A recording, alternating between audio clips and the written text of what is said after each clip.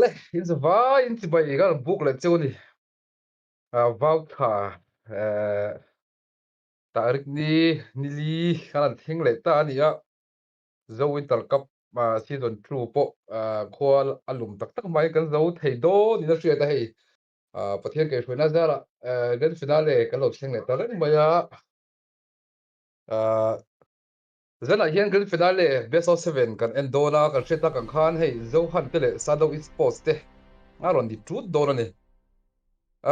kan tournament chung zonga kan live stream lo en te le mi lo hop thin tu te in zawai chung lom thu kan an soya link te mi lo share ko sak thin te status mi lo man sak thin te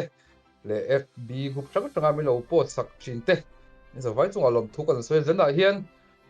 best of 7 ani do na game te po aron hu nom viau tura han ngai la a chak tak hi Zohunt Cup season 2 a champion ani to mai do na Zohunt lampang te kan hre takin Mizoram kan squad nei that te an ni a tin le lampang a hian Shadow Esports te hanoma tunla India lama post squad kan nei that pol te ani a top 5 fa churan tel nge nge yang tiang chi squad kha ani a zana hian game a hmunom viau tura han ngai phot mai la tin zana hian ka sei ta kan khan hei caster professional caster mo mal so ma kan han nei le do ani a anin nge a tul da na jirin sap trong te nen hindi ti te vai trong te aron mang tho noi tura han ngai la chan chu Shadow Esports lampang nam dang ani a mizo trong ami kam nge ami kamak thiam lo te khan ni a sap trong han tel le zeu po ngai mai theya khanga khan wa so ma zalen takin zalen chu aron ka the tura han ngai la a tha ome players te lobby a ain nga khom me ka Zohunt lampang hi enge mo problem deuh an nei a dastian milo hak lok aron tia kan hak zuai nga zalen chu man mo ultra nu tuk lovin muang chang nu tuk lovin ka ti tura han ngai la khan comment kai ha khom chungin kan an share thadeu hal bon anga zana hian Angel Seraphim ni hi third person khan ni a kha aro lang ma sam pera tuan friendly ro lang vel a ngai te dona ti te rikia ti te bandang collector MLBB ti te Miss Barbie ti te ro lang vele a mi por lang zanin chu ken deli po kan mot por lang ngal vele boka Mr. Big Mike te por lang ani hi zanin chu wal bizo email guide po hinaron comment ve a dare ta tan tu bang oron ti a kan tan to a dare ma de kan tan a kun po kan vong dik ba ngai view me kan streamer ma so ma apang tol view me ke ma jok ta hi a kun ta ka hian ka in turn up thelo de ro china ming let's go Shadow Esports ro ti ka vote khat hak theya polling station a khan vote khat hak theya tu wang chuan kan team tran zong te kha vote a kha thak kal tar theini tu da ri hi chuan Zohunt lampang te hi zat somret paruk lai mai hian anan support a fan taron nga viau ri zoka Shadow Esports lampang te po hi anaron lut tho tura han ngai la aulu atawn lang vele boka rin puya poron lang zanin chu biri bara vai mong khak ti oda pori ta bari bara vai mong khak Angel Seraphim rin kima lang vele boka Sunil God tuan hin kan se thadeu thok ri anga post by por lang vele a nices in the bushes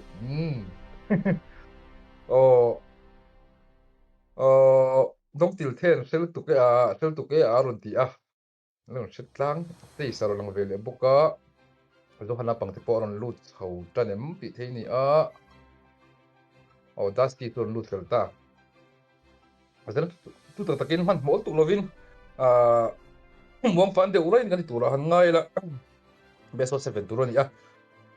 best of 5 lama ta kha 4 tetli voili tak ma sa kha an champion mai do ni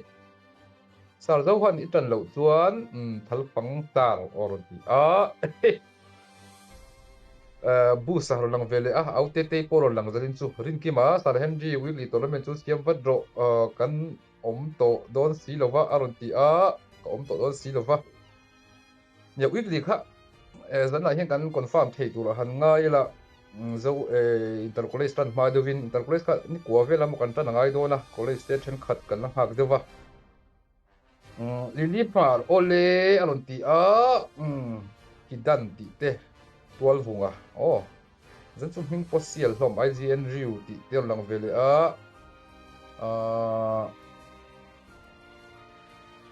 dx ti te tar hei final an to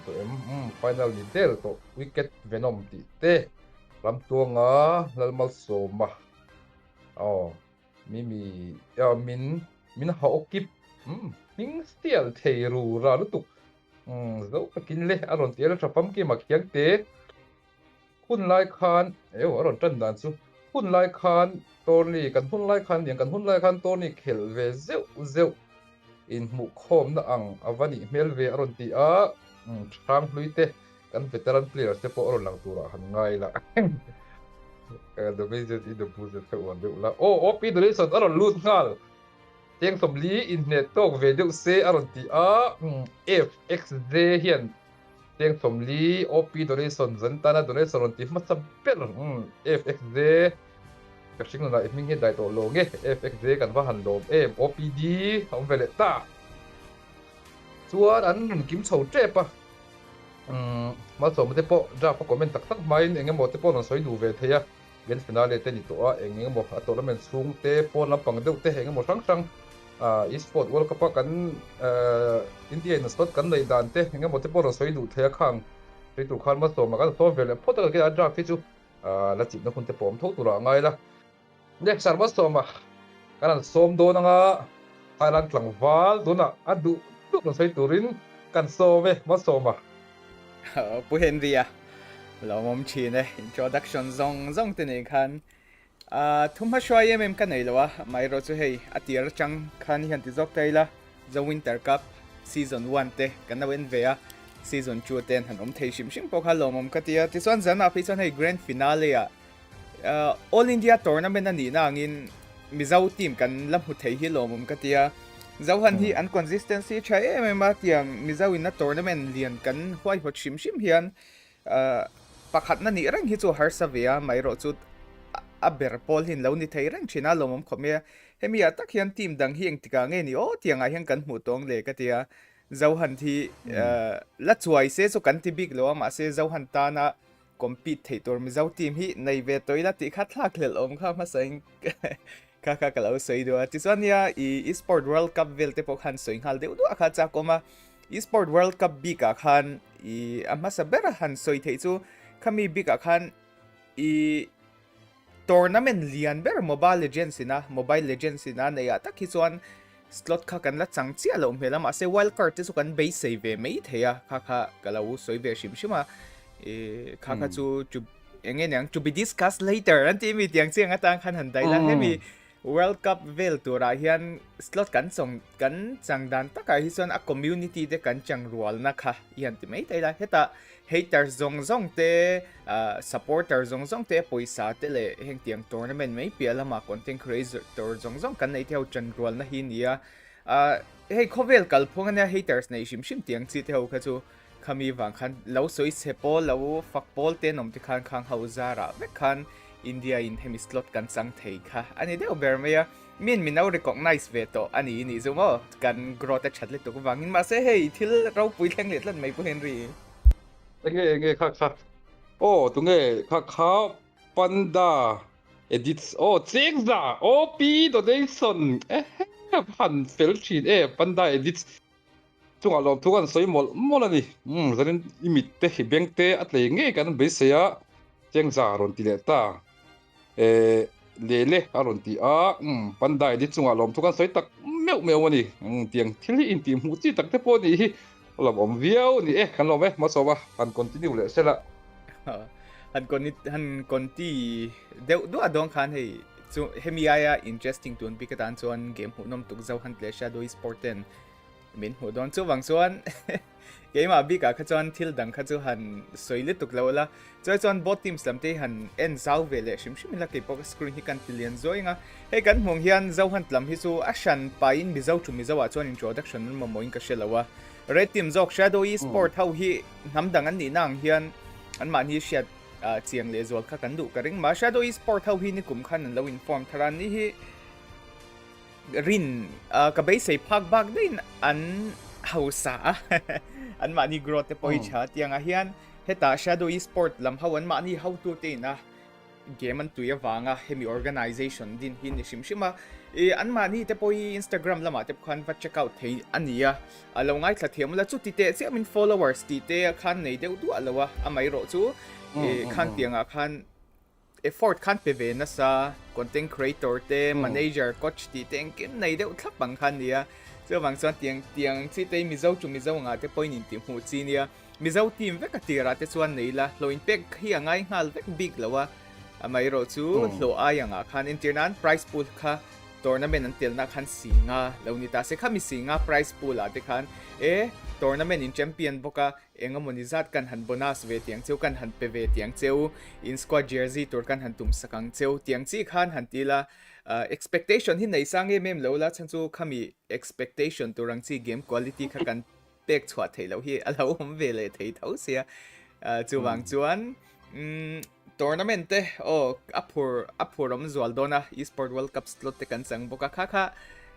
in fuinan han ninga se players tak so draft le game chunga khan soi khan nuam dona OPD lawm vele to bok nen khai pu hen di lo ko rap to chi te an sin si OP donation kan mule ta cheng zan loi mai hani hi eliminator lampang te manager khani an khami pol deu te po khani mai theya ani hi kan tournament game ani channel kan ti subscriber zaru ti bolvel kan tin pa tanga tun thlenga la ve char ni ML community patron thil review to mai theya an sin si OP donation cheng zaron ti vela ta van OP thit em kan lop tak tetani antone sanoran lun khal chu mai hian game ron ti hmu nom viau tura han ngai la players ten ready chho deu tran to han start mai thei to nge la start lo chan teo mem na ma kha ngai chang deu chamani player pakhat hi la ready lo deu mo petara le dek them petara halen ready lo tlat maya ani hi an player sema an mani ya po ninge an player duat deu hlek an player po an duat deu hlek fa pamalang chi khan ni a chuwang chura ma hi alang hak deu uri don ani best of 7 ani kan tournament kalphunga hian aron kimhasa te first pick kan pe thina chu grand finale thlenge kan keng chho tang don ani Zohunt lampang te first pick don ani mela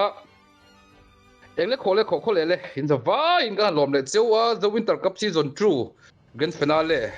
Zohunt te le shadow esports te game mulam tak ron entura iron pung khom shim kan loma temperature exam light te ni dona exam laya ru ko lo endeu te pok an mai theya tin zilai te po polsom panhi matric ti te piu om to lova piu ani to lova polsom pani exam tu te zong te po ni da vai du sakna kan hlan chewa exam te thataka ti turin le live stream te po ino ni chuan nuam ti taka live te ro en the na du sana kan hlan chewa zanin hi lungmai zane lowa sim zana ni chu wang chon kan lungmai na te mi zi kan soi chho lem lo har sana kan nei alu ka kan mut ti veng tu te kha khang zong te kha zana hian lo bo se la wana kal de ro se kan ti ni pathum velan pikhuna ma choma kuta kan dali anga stream te po atang kang deu chi khan ti te po cha kom view ma ro chu hei hun tep ter ve to ma choma kan streamer bel po to men dang ne unewa boy ve tho box inen baka khami atot men stream chang kam over kha game ti hu dom bel tu po an lem chuang chi lo dewa hun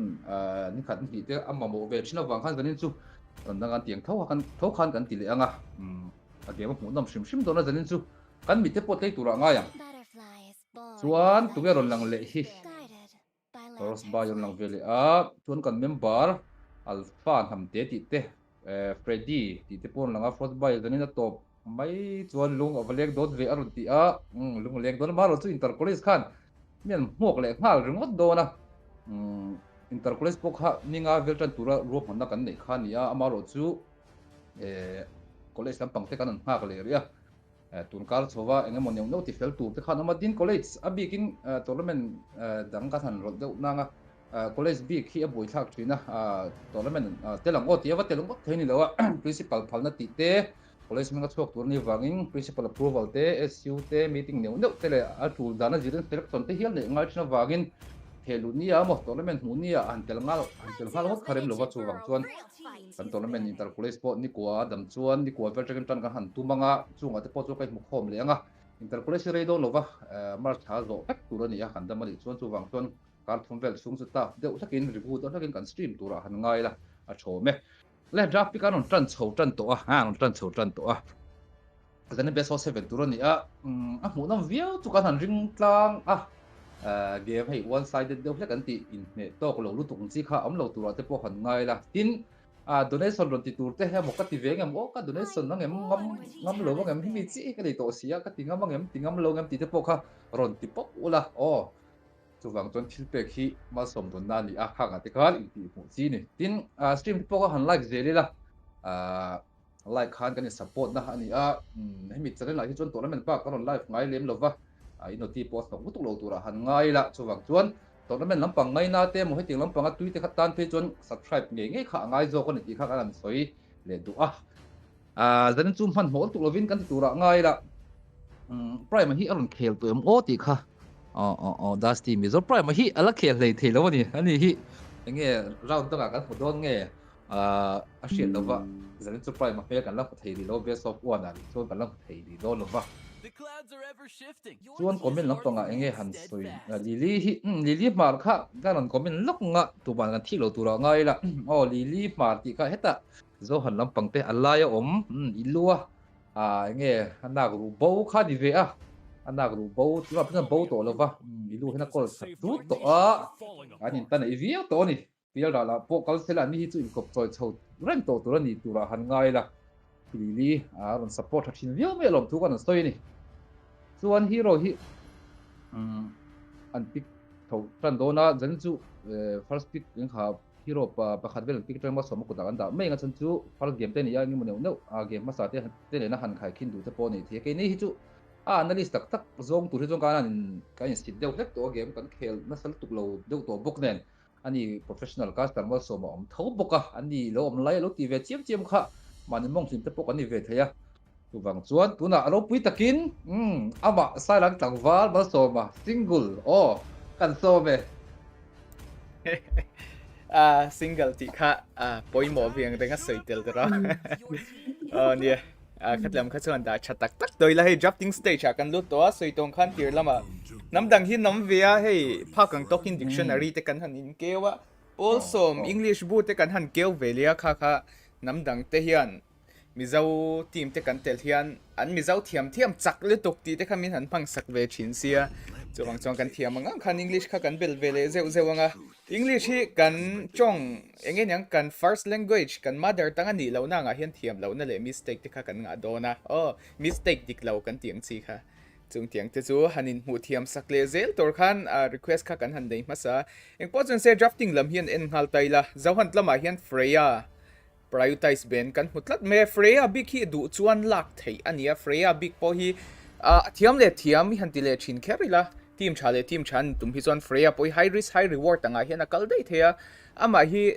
han lu deuh pop ani thei rol hian kiting kan te me heta vein chei khoi phak lei thei si lo kan va khoi keonga kan tlan chia khang tianga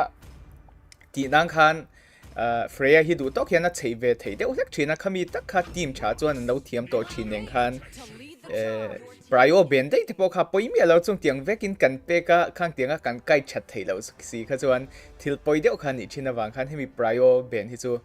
ngei tang khan han da veleng hal tai la chuan shadow esport lam te chang hen yi senshin an lo ben out yi senshin big hi jungle hian lane jungle clear chak mai pia lama tu na phei chuan flexible li tukin gold lane apo play thei to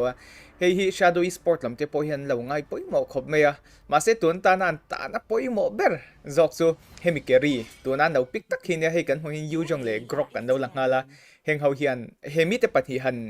melt thei deuh tur ber marksman a chon cloth le carry khania cloth an do la to sia heta Zohunt lam ten carry lo ben out lo ven den hian kan hong hian Zohunt lam ten rush khop meya in po chuin sen ni poi solid kan tiang chi bakshia te hilda te tenki deuh hin lo lang hala hemi a hian eng thing he ni ho Zohunt lamtin lo kop up chawng le len bi kain tuna hian a khel tu zir chu ni thawa ma se tam zo ka hian carry hian tlot hi angam to tlak me tun fighter emblem an buff chau velang nuwa hian a demon hunter sword sorry kamin nuwa khan chuwang chuan hetilai hi a hmu nom viau tor khan han ngai te la tun chum chu zetin kan hu don lo boka e khai farsan ben out boka Jujin ben out kan hmu boka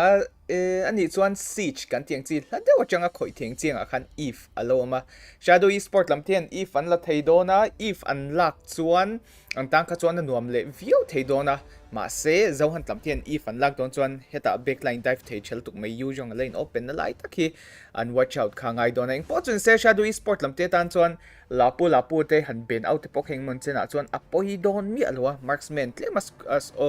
marksman te kan ti an mage te ho khan squishy ve donen ma se backline lu theng chinga kan soi don chuan Elise ben out kha poi mo khop mai kan soi chun jom mai op de ni son kha rin puya bial no nei Nagaland nula tula ngai zong mek palai tir du wai to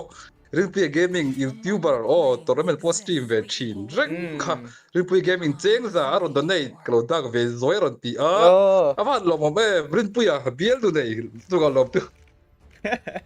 kan soi mo la di ron ti hu zel lo rin puya kan lom tak lok do na khan lom thu ka soi ka tia chung kwa kan ni veka mo ka tia kan ti toran ni lo mo kha soi chat le zoi wanga ye soi lom thu ka soi ni ti toran ni mo som te pok an la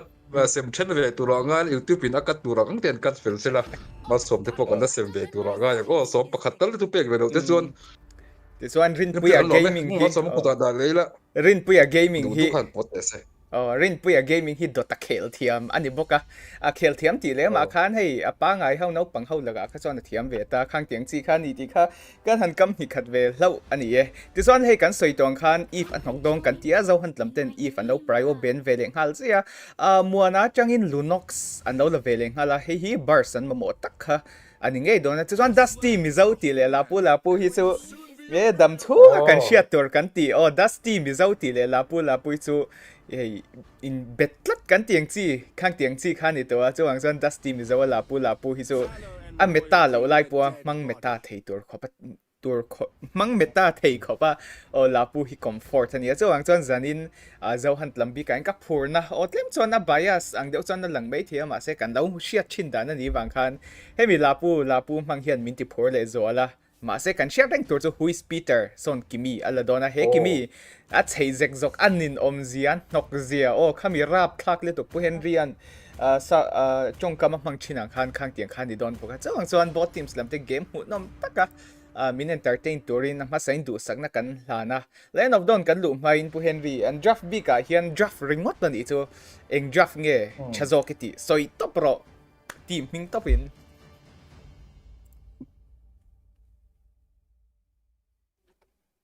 ta do la pang hi an chak chu ko varing keri kati kimi hi mawang po hian ta do la pang hi chu kan ring chinange sa do lam pang hi tun ge big an drak ngor tang chuan khai thok khat lai pon lo tu na chuan mi zawa po thiam ka ti ber ani ngei boka dusty mi zaw hi amang a signature hero ni chin le ma kha ka ngai sang chin ma wang khan ton chuan ka ngai sang ama se khati hun lai ka chok ka ngai sang over ni so a prime lai khan ni boka to nai chuan ka ngai sang ta tlemin han prime ma choi de hi chuan kha kha lo ngai tha thiam ula hei opi de son nang ma mengin ron lutan yo charma soma lampat man tur si flower man tur ron ti ni hi an sin si cheng somnga ron ti le to hi chuna kina ron ji pe me the che ni ma soma ko ta da go introduction nen lam han ti fek te se ale lo mom khop mai le tun chum sap chong in bulte han chan veila ladies and gentlemen welcome to the land of dawn as we are finally in the grand finale at the Winter Cup Season 2, which is hosted by Mizo ML Guide, and as a grand finale, we are going to play a continuous best of 7 series. And when we say continuous, it doesn't necessarily mean that it is going to be 4-0 or something, because tonight we are anticipating to see a 4-3 game between Team Zohunt and Team Shadow Esports. And by the way, in case we do not know, Zohunt and Shadow Esports are going for the purple team, which means tonight we are going to witness a purple flame. In the end, let's see which purple flame burns brighter. blue team lam Zohunt mi zo bright kan ti tem ngei mai khan ya red team lam shadow esport lam te mi zo an ni chi alo na nga ma se kan ngai sang mai mi zo boss mi zo legend i7 alo comeback zoi la ya a squad join kha ania zana hian ing tinge ni shadow esport le Zohunt game hi kaldoni eng po chu ni se ke hi mal soma kania pu henryan he ta e khai caster kan in dei lawa nang tlom ngai in lo tiro nangai thiam chu nom thawa atia lo lut ve mai kania pu henry hen na kina chu langin lo cover up le zeu nga game chung hi mu nom don sia soi deu du kha chak oma ma se kan sia chawngin apoi mo ver chu game kha ani wangin game lam kan prayonga hey 2 minutes ani to mai dona item lam hi su chu ti te chiam han entur kham don lawa turtle fight bi ka hian engting ani both side lama chang hian adjustment lo siam don top lane lama chon marksman versus marksman battle kan ti to kha carry big tak hi chuan tu na tak hi chuan plot hi chu alakai deu thenga ma se a first skills ne na ava khoi deu shap thei kha chuan plot tan kha na har ve deu lek dona ma se so de soinu Demon Hunter Sword nei hnuai hian tu zok nge winang le turtle spawn to boka heta oh ilu flicker and force ngal ta der meya black dragon form in heta default and dusty mizo zone out veling hal dusty mizo tan luna opening chaum do dem le blade ta va lu chil chun som veling hala ti son boring adu marine first turtle let's secure ma se dusty mizo dragon slayer nge main dragon low down infernal pursuit kan ti zong don nge ni kami kha chu tectonic charge nen bon ang kill low secure veling hal blade love miawa ma se muan an tu na khan double kill security khan team Zohunt lam 10 purple flames te an lo nei te han ti sang vel veleng han khan 3-1 in mashuai na an chang hala turtle ero team shadow esport lam 10 an chang ani top lane lam han en vele zoi la white beard hen karin phak bakin winki alo punish chunjom veleng hal boka kan hung khian half hp chau in winka alo da veleng hal boka ilu lo rotate chunjom vele nen wing tan chon flickering force no chance po mai theini early phase of the game ani kan ti kha hey ilu du poor khop meya tuan big khan ilu ni han soi zau mai tela ilu big khan a second skills nen khan a spam thei ranga ngating ni o spam lo le ka ti de ole ka ti san ilu an off guard vele hal ilu an lo ambush vele ta che kami big khan wing ka flicker tel kha han burst out man se so e khai ava han ui om em kami big khan zo han lamte duain rush game an khel tum luat na lama lane and clear han silo kami taka khan an kim lo na an tor san jan chau vele ke wele vaisel man havalu chunjom veleng hala quiz peter ava fleet year chunjom veleng hal tikhat chuan mid lane lama skills in force spell in force mmom lo ma se skills in force te khachuan engmon chena chuan team Zohunt lam te tan game play ma han dominate the na kong po a her ve mai thia ma se grok tak moon hi kan hmung hian ama gameplay shim hi nia chuti te chem hian ar rotate over ngai lo ma se chin to na hi chuan tlem chuan thom hi na be deuh thin kan ti to kha turtle spawn le to dona turtle hit the game team fight anga bika kan hu theina bern dona tun chum chu exp ni lawin gold lane lama kan hu dona exp lama hian rotation o heta Zohunt lamte an exp laner lo pui veleng hal ta chat meya ti khan tlem chuan apoi lo o default big ta chuan yu jong big ta chuan tlem han tlai kha poi lo ultimate black dragon form nen tho chau zung thei don na wangin heavy big ai chuan slow and steady wins the race of shadow esport an kal vele thei thoni boring adumara first turtle secura dusty mizo o heta o bravest warden valu chun chom veleng hal technology charge flea back nanan mang chun chom veleng hala default an nok le to kan nok up chun chom zel shadow to samin connect hello blade hp lo to le to kan target tur duai na buai de both side lam an target tur pa ngai tu main target hello kami ka chu both team lam changin fight the mess up de target ngai khat cheu han nei se so kills khatan secure mai thia opportunity se dikhan team Zohunt lam te turtle mani side lam an pa controller boring adumara ultimate skills an lo force to wangin tikhan team Zohunt lam 10 tun game big katan chuan early phase 2 tlemin mashuai na an nei kan ti theng le tikhan early phase of the game kan ti mai chu second turtle zo hian early game chu kan zo hi kan ti de ber mai china tun a hen mid stage zoi mo in kan lu chau dona tun adjustment big kain pu henry shadow esport le Zohunt te lo mona sa khome tun tournament big te ni su tournament dangan soi lo anga hian Zohunt hian shadow esport te hi an lo level phange shadow esport hian Zohunt an lo level phachia zok ni Tunda okati tun tournament bi ka chuan shadow esport si ka da sa khop maya zeb lo wa chuan Zohunt lampang tan tho mai la neutral ta comment chuan hey nge an ma prime om lo ta bok nen hian tun tournament chu shadow esport si champion lo pon pahni na kala go da shim lo khan ya masih tuh game big teh karena in sado esports lampang hi atira hin aron push ciam lo de vem kan tia he quiz peter hi kalau da sang vel tu kan itu ti melo mo matara keri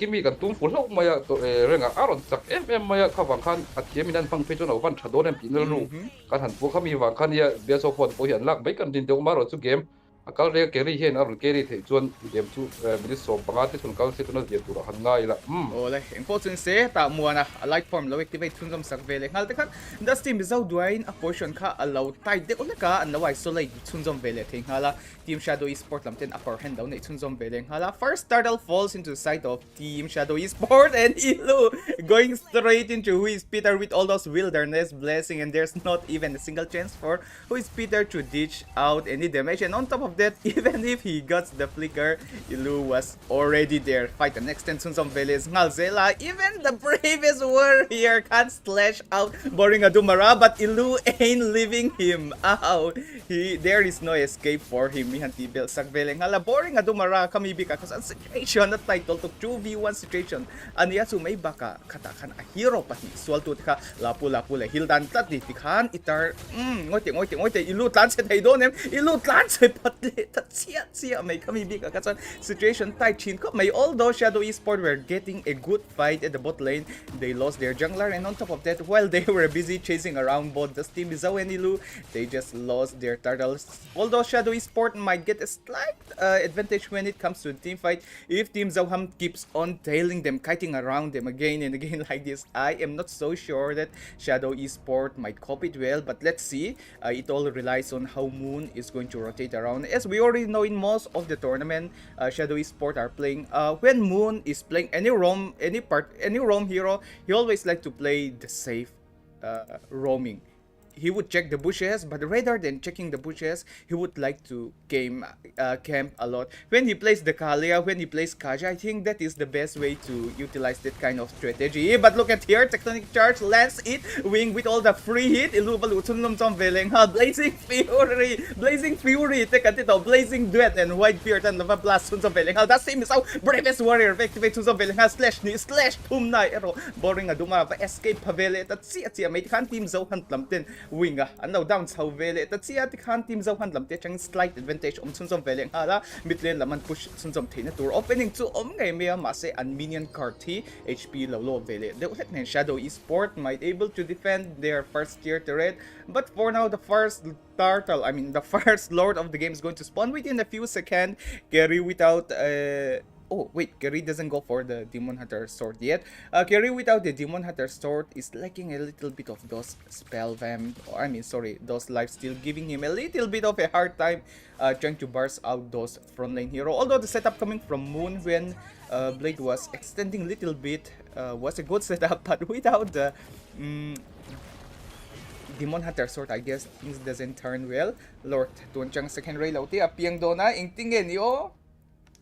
yo yan teleport maila team chabi kai chong question hi tam big litu ka enter nan hey an game hi predictable de chuni se he la he na call thenga tianga soi the tur khan rem sang chin sia ma se hey a game apiang a hen engomani style thar hin lo ti chin na bang hian boring adumara wat skill le thero boring adumara na still chunzo bele to heta that team is out in rim to bravest were nen was slash chunzo beleng hala muana double kill secure na lo man chunzo beleng hal heta blazing duet nen and burn down char may default to would it be a wipe out and chunzo sel Iluan na basat na salto ka. The team is the one last touch law na intikhan 4-4 perfect fight. Team Zohunt lamten and now Sekira. It seems the purple flame coming from Team Zohunt are burning greater in this game number 1. Although there are lots of possibility for the side of Team Shadow Esport to turn things around, to turn the game back into their side, they have to keep in mind that the purple flame that has been burning from Team Zohunt has been burning since 2019, 18 or later. So the new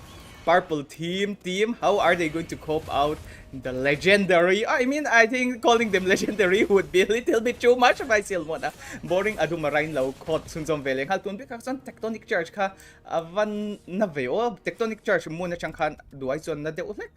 Yung po sun set kan Zohunt lamte chang in game chade uk main law la team fight zo kahin an saka mase turtle hi zep lawa chuan blade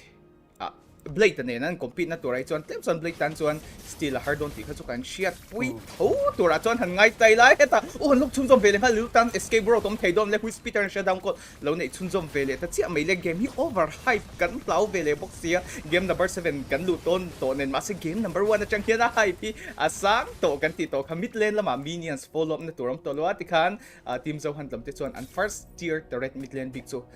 lotning takin an defend thing game me ma se shadow esport lam te chang hian hey soilia soinu moon big hi aggressive ve deuh hi angai chin tlem hian chance hian in hat deuh hlek na lai hi lang nem le deuh hlek china white beard escape avele ta sia ti khan ne pu henry lo mu chin tua tun hi game rate chi ani melitiam Aray don kim thia wa chot aray don khai ne ase nge mo pal fight so pal lo so om ve thei tho ma se ti han en me chon aray chu rin om ve deuh an in ne so thokat view kan ti thokha guys hey pu henry changpon game rating kana pro but here to lamte chang khan again yo kan ngai dani and at the same time we know shadow esport fans are out there we have to support your team come on we are trying our best to comment in english but at the same time fight keeps on happening here black dragon form is already being forced out this team is out hp is so low he's not going to engage in this thing further boarding adumara but in the end wing secures one more kill and it is going to be 1-0 trade the lord is going to spawn within few seconds shadow esport are going to take a slight advantage in this upcoming fight and as I was saying guys I am trying my best to cast in English here I'm not comfortable in this English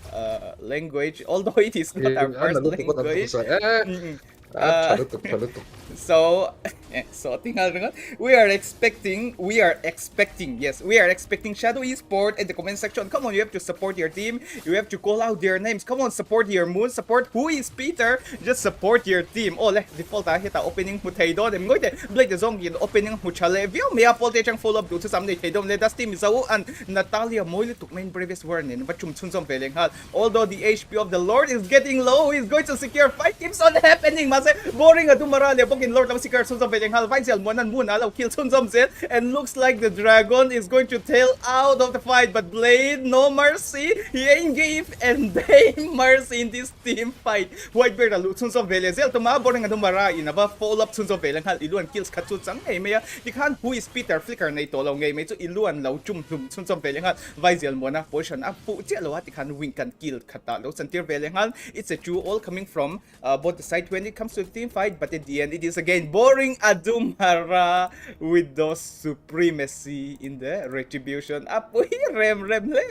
retribute la yan avahan ngam te reng mitivem pu henry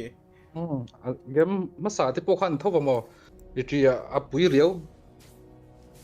ba kai seng do khan blade hi retri fight ya han still big advantage big ro kimi boarding hero man ki at hariom me first skill nge second skill la han charge do wang retri ne han mang dun chat khan chan sa thado bika chu tak chu shadow esport lam ten slight advantage and the nakhan ti tai retri gap han ti de top tur khan hei blade po hen opening anei chabe thau boring adumara upon opening nei chabe thau khang tiang atak khan skills ne na connection poi mo kan ti to kha heta default changin dragon dance kan put out sia black dragon form heta amorph form de nei activate fight to extend tum to view me tun lok akhan just a few minutes ago it was team Zohunt literally controlling this game it was more like a half map control coming from the side of team Zohunt but right now shadow esport after winning those recent fight they are slowly coming back to the game if they copy it right maybe this might be a GG coming from their side the team is always below adu to sam lut ai la ngoi te counter engagement moi tuk Zohunt chang kan mu iluan kills khat mu na lo down son of el blade ta lut thei don em len han lut don se wing ka pur to le tuk sung tiang back in who is peter chang pon deviation chale view me this on whiteboard escape thei don em le whiteboard escape pavele ta chia me le 13-10 just 13-10 when it comes to the kill but so much impactful fight is already coming out from both the side itemization han en Thailand item bika hian kimi le Lunox big hian Sky Piercer and mid laner big hian we used to see some in some memes okay guys firstly don't try this at home I mean yeah everyone is at your home your comfort place must say blade wait blade inget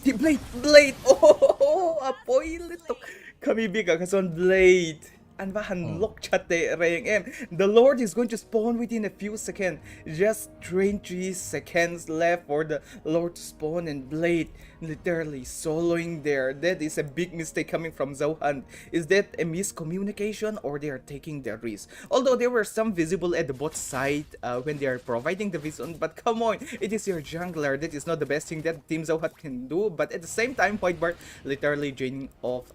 more than half HP of Moon. If everything goes well, maybe Zohunt might able to kite things a little bit around with their jungler. Not sure, but look at that damage coming from Mr. Whitebeard. That is literally insane. This one, the team is so little may what? Ilu, kakaingi mo siya backline na. Ilu ka. Kepok ka team lo tunap alu dan takaka. Retribution ni ka heta lom box siya retreat lo sila. Masih lompiang le man dona satu esports lampang visual hi an ha deuh top mai lo chuan Zohunt lampang hian nge defensive attacking ang dewa an khel mai lo chuan an tan nge objective game lampanga temna gap ri dova han mali thiam lo wang poni lo wan hero man dan le nge mi a combo awang te po hi nianga maru chu an defense chho ve rang the chuan aron chakvela the tho boka Zohunt lampang po hi maru chu satu esports lampang te hi That game at mai win ka hi du ai 313 KD ron itu a aron tak tweet thei hil to mai thei a game rate chi an aron ni ve thei tho bok ani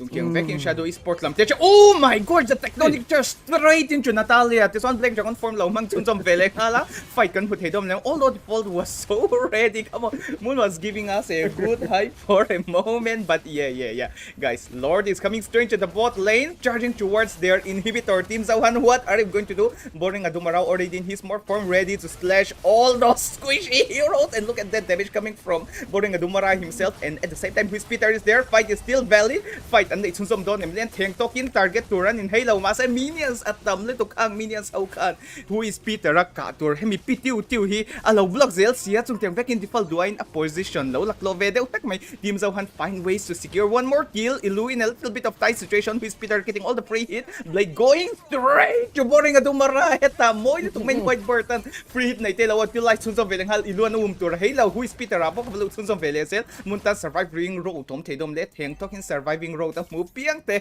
lom hang chun zomin tikhan team Zohunt lamte tan chuan successfully nei thea Blade tan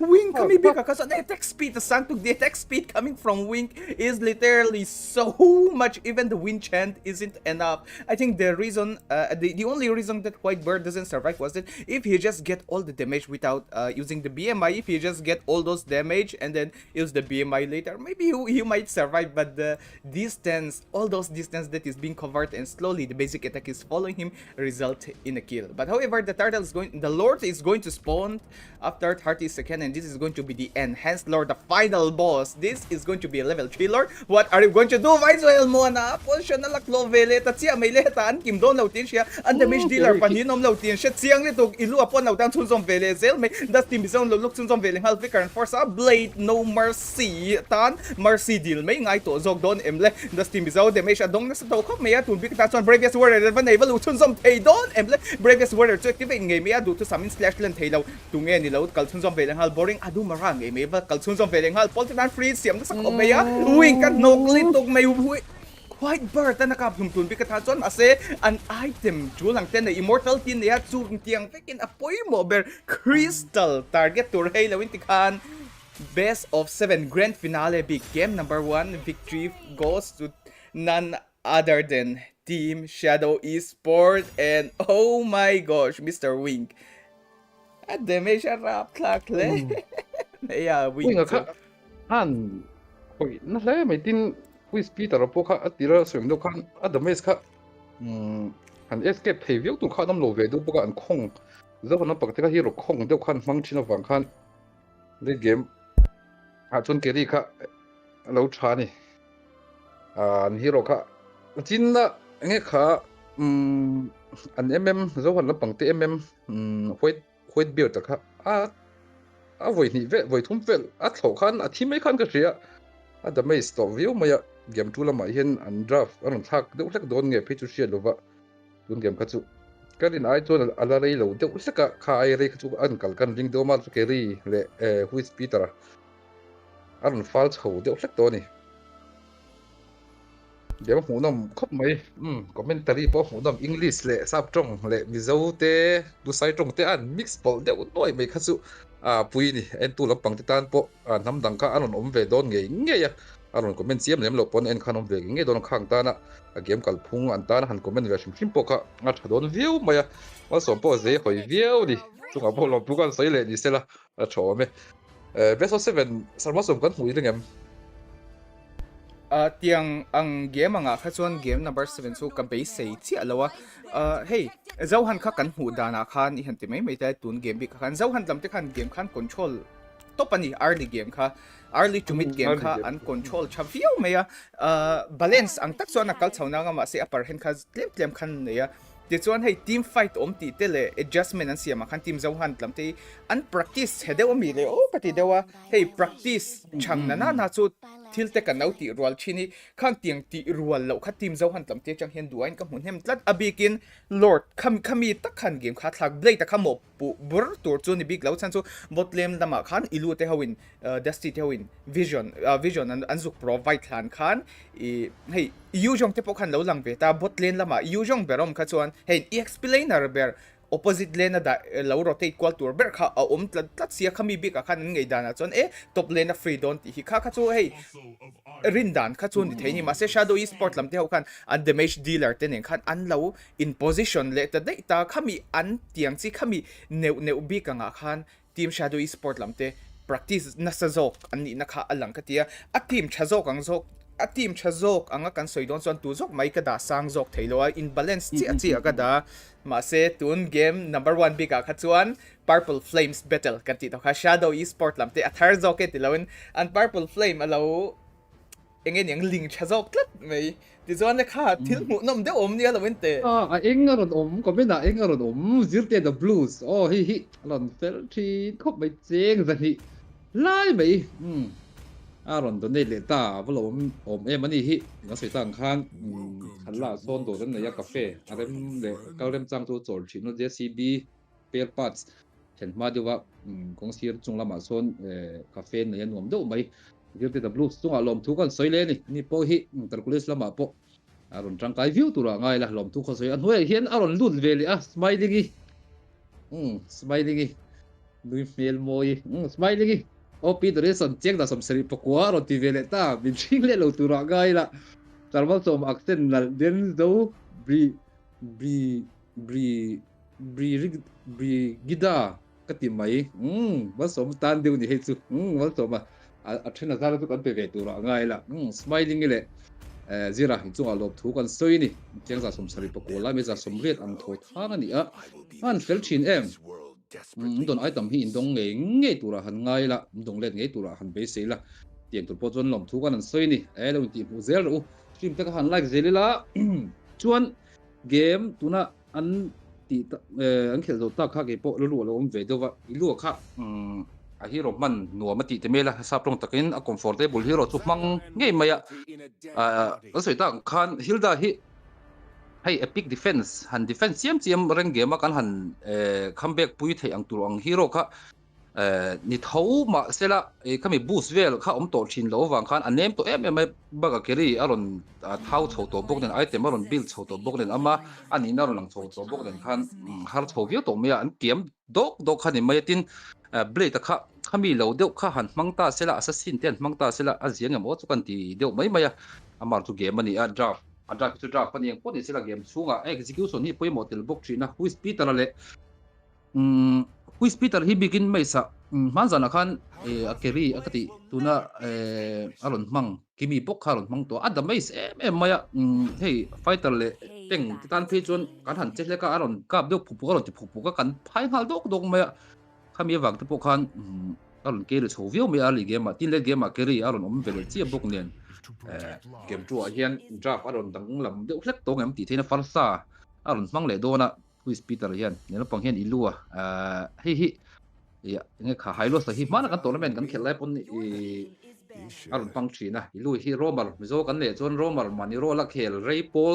a beran ni hial to mai thei tianga ne chu wang chon rom rom hero jo mang thiam vek tura han ngai la an draft chon manin an nuam an ti le a than ti turanga an draft te po ni han soi chiam te po kha ke ma ni tak phe chon a har savia sarma to machine chip thiam ber chu ka ton sarma so ma khuta kan handa le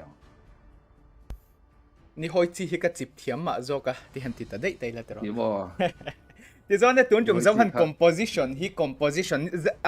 zan ma sa i han ti dei tai la kar kha chu liam ve le ter do pu henry kan kas dun hun ber kha mo dei me na o kar khat tling la upon ni khat ni vel ba kat la to lawang ti vel kha ni hemi composition she om le tuk high loss le if in a real world manipulation na phale glorious pathway khami slow rap thak le tuk tur kha hey Zohunt lam teng khami strategy khan lo mang do na chu ta la an slow sa ma nak line sakor nok le tuk mai liomor tun chum sun lo lak chun zom ve le khal do na an line up hi ka hu phur lok khom me tun an line up ta ka in Zohunt lam te an in refresh cha I han ti phot tiang a chan chu carry hi engin yang an sacrifice don tin she sa carry hi ben out to ran itin she don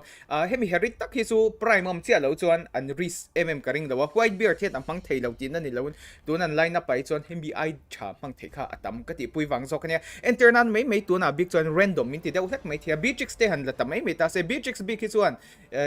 a shotgun nen khan tu tokin wing kang chi how hero hi a punish thei le tuka chu mai pia lama team fight te mo khang tiang velom khan a bazooka te renner kan tiang chi how zong te ne na an han switch call khan eng situation a po khan atang khang kong kha om hem don ani chu wang chuan red team lam Zohunt lam te tun chum chuan draft ka fakop maya shadow Esports lam te ro hemi bika hian uluk takin anin maintain chho ve le chan dona carry le tlot om to don lawa dps sang ve de ule ka chuan melissa em hi su an phor tura chuan han ngai lo tai la team Zohunt lam ten ti chuan ngoi te glue khai shadow Esports lam theo po an full in don tlak meya ti chuan roma hian glue kan hu thei don glue kan hu thei don na ti chuan 1-1 big tak khi chu achia chu ka ti ngam chi alowa pu henry ma se he chu han ngei to chiang avan ngai don em granger hi chu ke chuang kan langam lawang I han ti le sham tai la tun line up big taka chuan bgx hi ke ma big a chuan safe pick ka ti pui bernia ma se white bear tan khai kan line up ania kan comfort dan berin kan kalang lauti khum tlat me khami big a chuan condemnation dawe hemi big hi ma zo white bear te hi tunge ma hi soi zau tu te ne nge ma hi ka share view lo ama hi kan shia chu ka ring tho mo ma se an ign hin lo thak ve chin sia khati lai taka kan tu ber khange niang leo ke po ka lo ti ril ru zo ke ma big te chuan mo la ka thamne la ka chuan pakha chu ron om ve a tlema rong tak lam pangkha ni chu kan ring ro ta prime hi nge lo chak reng zo nge phi chu hriat lova ama hi han hriat chiang sa kom zo han lampang squad hi chu kan hredo fe ka an ba taka hi kan han hrelo dewa tu nge mani le o khoi lampang khole tu nge mai chu hriat ta kom khop mai po ni sela game tu ha le phot mai la game chu tun changa rai lo tia kan start dona loading screen a kanoma khai duai kan lo chong tui de ule ka screen kha ka lo siam man do ma se kha kanin cover up phavele ta chi in po chu ni se clear to ta in the vineland of dona zanin big best of 7 series game number 2 na kanau lom lu chewa apol lama hen shadow Esports te in blue corner lama hian shadow Esports lam te in game number 1 na andaw la to game number 2 a hian team Zohunt lam te hian comeback andaw nei thei tong emle and as we already mentioned this is going to be a battle between the purple flames which purple flames is going to burn brighter is it team shadow Esports purple flames or team Zohunt who is being burning since 2017 18 or maybe 1920 and so on but we do know that team Zohunt is one of the oldest squad that we have in the entire India the kan early phase of the game and the demonstrate no kan mua nan heta ilu alo punish na sa komea ring of punishment kan ti deu bermea second skills biki heminen hian punish turzok tak hi moon le farsa who is Peter Zokin lo panisha Vaisial mo nan thiang tokin heta lo ko pa patum view nang chu ademe shi keu ang chi ni wangin fight array paule amma hi anok kan tiang chiang hero khan ni wang khan tiang fight rei lo ti keu khan du thu sam takhian senas che thei chi alo ing po chi ni se zoi mong in team Zohunt lam theo polo in ko pap chho thei tor ngai te la white beard bi ka hin achia chu ka tingam mi alo ma se soile soin hu granger and la hi eng tingen lo mang war kang le o ni frontline bi katan hian hei mu na glua oma hei hi tian kan hung hian split nen hian ein da vek dona hei hi aka tur khan ni de uber meya ti chon le ama mark na turin hero nok tu yu jong alom le cheu meya chumi pia lama ama mark kher lo po damage lo dong tu turang chi bakshia anei vele boka heta hian red team lam Zohunt lam Granger an laki eng tin tak nge ni o tu ber nge a target don ti te wing big a hian hei kan hung hian a side step zel theina te le o heta local ta nge mai kan soi to kha a har don kan ti to kha Granger ta hian tung game a big hian a thei lo top chun lo ma se kung hi ein hong tle mani khami na kha lo lang chun jom vele ngala tar lama team Zohunt lam ten advantage lo lak chun jom vele hal moon HP lo token lo da chok vele hala flicker and force tun big a chon kill che lo ma se khami kha chu trade award it kan ti theng eng po chun se team Zohunt lam ten tu na khan first blood chang lo ma se first starter lan changa first blood chang tu shadow esport lam te roin gold claim in pashuai nan nei pi alama he kan hung hian bot lane lama o heta hui speeder and feather air strike nen white beard alo punish le ship mei tun bi ka ka chon mini map ka chong kap mung nge me zoi mong in setup te kha karing ma se shadow esport lam te game rush and tumli tu khami kha ti de zung mei le red team lam te team Zohunt lam te expect man tlat lo may le shadow esport lam te tricky as we can see so far according to I mean we can even acknowledge from game number 1 already how well shadow esport are prepared for this grand finale. Not only that they are prepared, they are showing it in the game already, and right now in game number 2 they just keep on they already outdraft team Zohunt, and after outdrafting team Zohunt they add this one line. That one line is out rotating them. See, Blade is there, Blade comes. Oh, hit a real world manipulation and low connections of Veling. Das team is on kills cut. Alen don mo kantin ho Blade zokin low lensons of Veling. Wing ka chang follow up at Sheltok may blazing duet and kills cut low grab no default and Blade allow kills saktuns of Veling. Hal kan 4-1 shadow esport lamte maintenance at chato lutukan ika. Das team is out chang in rotation so low ning eh mia mase ani chu taret chunga target na nito kan tika taret chunga fighta red team lam team Zohunt lam te kha unfold behind nan le sia shadow esport lam te song khami akan counter engagement le hun tak khami timing precise litukha an lo show na sa hinti tiang turtle he spawn le ngal daw may do na team chale a game hiang khel tai lang chuan turtle te avan spawn har hi kan te china team cha an han in noi thak tak ai chuan e khai minute ni hi lo rei ozo lo mai le ti tur hin she big le tuk po henry ke ni jungle ang ngot lo jungle kan clear jungle in ti tur kan nei to lo kan tiang ngot kha ni lo hei mun ti na no man lo ti tak ka chu thial chi chak om khop mai game sung robot lu lom lo de wa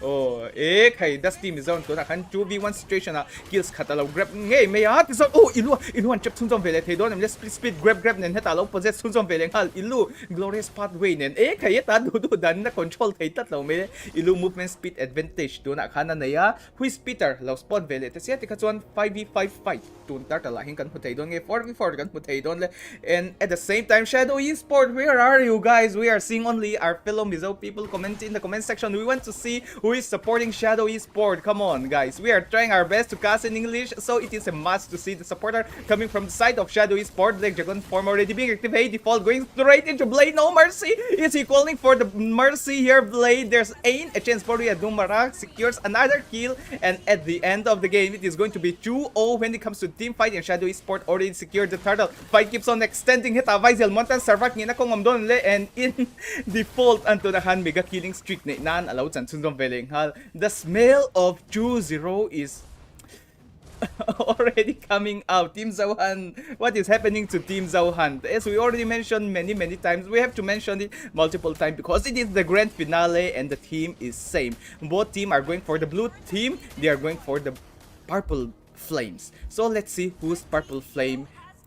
burns brighter at the end of the day. Top lane lama, das team is awa. Now kill sunzom veling hal. Kasi ati kan 9-2 shadow esport lam tin total control. And they main lone he game bikahian in charge. And they top toni. So let's so who guys. Tun din hun bikahian team Zohunt lam tin claim in drop lama. And law joke na hi alang na sa le. Let's see le practice makes perfect. Kanti naka shadow esport lam tin and practice chazok ti hi tun game and communication le dan shim shima point alang na sakop may le 9-2 ingtingen ni kung ngayon hongdon on ni Muna anok may siya muna han counter na tur to pom siya muna hian han lu chil se ama hin ti dara an ma ni chunga hian han lon leng hal ta dei zel mai bok sia kha tak kha heglu hian tun game hi a control na sale zoli han ti vele da dei taila moon big hi mostly every game that I have seen so far coming from the side of Shadow Esports, Moon always play those kind of counter engage type of role mechanism, let me say it in that way. But tonight we are seeing the true power of Moon. He's playing so aggressive, he doesn't give a damn. It is a 1v5. He'll just spread himself, he'll check the bushes. Yes, exactly like that. This one bush so ilya so inu ama ito at divak baklaw bush at tom hinwa matiltog ama to pi bushom to ison budbu hida sakto tay lakang tianga in settle teammate turang chika ani 9-2 ani kantito ka gold difference is getting higher and higher, and it is already 5,000 gold lead coming from Shadow Esports. Will Team Zohunt take the risk of going for this turtle fight, or is it going to be another to bot lane? Wow, kaso ito kabot lane lama second tier turret an lale ito. Hey, game ahead anin poddar anin kay teng tiang ti new. Hey, an input new tiam nito hey Zohunt lamten an delay to tatlo maya default going straight to the black line. Black dragon form activated. Das team is out. Will he finds ways to escape here, but not a chance as default go for the unstoppable killing streak. Who is Peter? We're waiting for the Federer strike it straight into the Natalias, but a few damage does hit, but those few damage are dealing tons of damage here. This one hey kan hong hen wink at changin Demon Hunter sort like golden stuff ano ito boka an itemization han en ship po hian one item gap kyo hi roll tin hero tin a hianom to wang hen team Zohunt lamte tan chuan 5v5 fight ai chuan an team lo lai fight mo han kai dan khan ito ngai ilu will he find ways to escape, but not a chance as boring Adumara secures the last hit. The final blow, Wing get up pleasing then avalut sum feeling hal with all those flicker. Wing is literally cooking this game. Who is cooking this game is none other than Wing, who is Peter following up with a killing streak, and this is Shadow Esports, guys. This is Shadow Esports. Is this the new purple flame that we are going to see in 2026? I'm not sure. Team Zohunt, how are you going to under this domination coming from the side of Shadow Esports? Heart into anything can happen, but for now, second tier turret, they have to give it away to Team Shadow Esports again. Bot lane lam Holy Guard and burst out to mid lane lam hi and burst out and tumkop may hey Feder extracted and law zone out veleng halin mid lam hi apuak man law chia may le eng po chun set khan isoing deu khan Shadow Esports lam te so an supremacy law lang na sto khop may Team Zohunt lam te hi chu tun bi katan suan hey ti fu thu tang te ni law hi chuan clear tu lam te tang khan ngai thak anom karing chia lawa ma se hey game ani hi chuan soi ve deuh po pingai thin sia hey tun tin hmana chuan Shadow Esports lam ten anti cheview anti sual thui view ten lo chuan Zohunt lam te tan hi chuan be rok khan ni deuh top to don ni chuwang chuan soi thiam dan deuh chuan ke po lo hmu dana chuan tekhin thua chuan developing country in tum ni bel khin ka Shadow Zohunt te po hey blade an lut hal ve du pok nem prime ha khel thei lo tho rual la hi an tur ve deuh em pi thei chu ni an thiam thona chungin an mani hi an la phekri deuh te che soi na khan a khoi lai ber hinge han ti fak tur om si lo hian ke ma hmu dan ve me chu hei ti han thir top dana e che soi deuh kha an ti keu keu len an han la keu wang chi kha ani a Zohunt lampang hi te min an mani hi an lai form that deuh chungai don ani chukan ti ve deuh me ti live back in heta boring adumara Zohunt lam ten lo kill velet sia tun bi ka chon Zohunt lam ten khai min silence siang le me angei na ke ni chon hei ke ni so hey lo comment mai kan ni a game chung sha tak player zo khau chon kong khan lo hong suak le zel mai ni ti dan ne an sha thin kan ti ka team Zohunt lam ten to na boring adumara an lo dang vele ta chi ai ta real world manipulation and slow rap thak kan ma thei don em le a slow kha chu rap thak thok khat to vio me tun bi ka tang kha chon 313 ania main advantage nei don tun Lord Beacon is a successful defense rim na mama say default can them dear don le Wing going straight with the flicker blazing duet, 2 kills being landed by the side of Shadow Esports, and with all the victory combo coming from the side of Shadow Esports, would this be the end? But not the chance, as that team is HP is quite big, going straight into the back line, or more like their front laner. Both Moon and Default are going down, but no, who is Peter with all those insane damage? This is going to be Dust team is out, not looking so good and forcing his flicker out, and it is going to be Team Zohunt going for the retreatment, and Team Shadow Esports are back for one more, bro, as they are just so ready. Das team is backline na balu chun som vele kha Luis Peter Rolok hey don le arem chang chi alo ti tun bi ka ta chon Team Zohunt lamte at tok chin successful defense and they may be alama goal difference khat ching sing khat lai ani to ni cheng sing khat i goal difference om nuwa comeback hi thailo tukanga kan da chin nia chawang chon 10k goal difference om hian kan soi war chin ma se a thiam zok le a games hung she zok na players te ho chuan zoi mo ngi ti khan an ti chhaule ke wa to na chuan 10k changin 3,000 cheng sang thum lo tho choka ti kha chuan cheng sang sari vel bak goal difference om to lo le Team Zohunt lam ti tan chuan zoi muang in kong in honga das team zo hi kan soi tong khan bun hi dang hlei theilo an dang hlei theilo chung tiang vek in das team zo backline lut to remon front line papanish tour dang hlei the Shadow Esports lam ten an nei tlat lo khami pi ka khan tu zokin nge lo workout tang le lem chuan goal difference le damage lama chuan Zohunt lam chun nu kwal deuh hlek mai theya zoi mo nga khang tianga keu strategy kiting strategy kan ti kha an lo workout chuan zanina hian 1-all kan mu thei don di le team fight kan mu le don di na lang chun zom le tam piong mea black dragon fall default and for chun zom felenga ilu what are you doing there? Okay, ilu survive for now with all those glorious pathway for the retreatment. No one is hurt for that time. Team Zohunt, although they were in the losing side, somehow they copied the right, and then it is another free kills coming from the side of Team Zohunt. Slowly they are managing the game, and this is the same thing that is happening in game number 1. Shadow Esports were literally Team Zohunt were literally controlling the game, but slowly after 10 minutes, Team Shadow Esports managed to cop up the game and change the tide, resulting into the victory for their team. And right now, it looks the same in game number 2. Team Shadow Esports are dominating, and we can sense that Team Zohunt might literally turn it around. His Peter literally immobilizing both Ilu and das team is out for now. The Lord spawn and where's Wink? Okay, Wink is here, going straight to the Lord. Blade, no mercy, a little bit far away here. Default going for the zone off using the Black Dragon form, and this is going to be another retreatment. But at the end of the day, what do they got? They get the Lord in exchange of nothing, but still without an exchange, getting the Lord is going to be a W for the side of Team Shadow Esports. Side lane lam te hey lane synchronization kan teammate ka kan putsun zone vele to don boka. Team Zohunt. Bowling thei bi lo ting do khan ya viewers lam pang pon Zohunt lam pang tu na hei an chak lo deu angin an oma va thiam lo viu anga vangai mat bu kha dik chong lem lo va mishing he han prime deu lai ko te pon han prime deu lai te kan neya Zohunt prime lai te ka chuan wi vet vet ta kan ni ve thoni tun lai he in squad han en sim mila an ni hi an han pher vele deu ri tu wang chuan an lo chak lo deu mo khat ya an be se ngan khel phak lo wang khan han engemo an van thiam lo khan ti tur pon lem lo va kina an hunaron thlenganga aron phamar chawang hei Zohunt in rei to nia ma na kan ti tir tanga lubji ka chat til lai tang to la di chho ver khan ya han hiam chang do te pon eng han sang chang do te pon nei venga chu wang chuan tu mina aga sin chu tak zo ko chu hei mobile pang aron develop chho me ka tu na hian mobile legend mobile pon se mlb bb pon se la mi zo squad kan tran deu thak chu ngai ni squad tha thiam tak tak kan oma squad pa ngai thadeu pathi khatal su nei ve chu hun ve to ni India rama hei kan community tha viewers te pok ani thina tiang kara chon squad pathum pali ve tali chu India rama po alang survey to chu kan nei chu hun ve to ni te ka chu thanem hai pu kan soi ve mai ni chu tiang vekin heta iluatan surviving road muchwak vele theta sham meya lord hi ala spawn hardona he kan hungin Shadow Esports lamte gold advantage an ina nen hey an aggressive ngam khop meya feather air strike soile soinu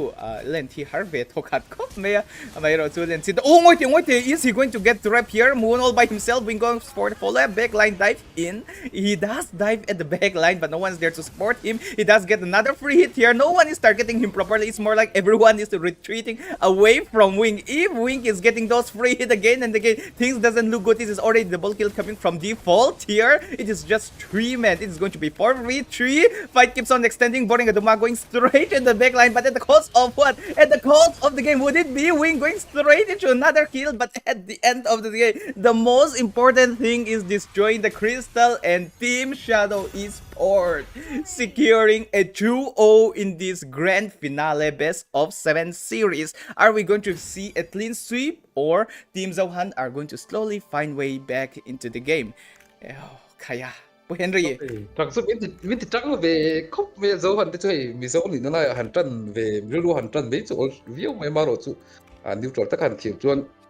tun din hona ri chuan Shadow Esports la pangte po an chak review ni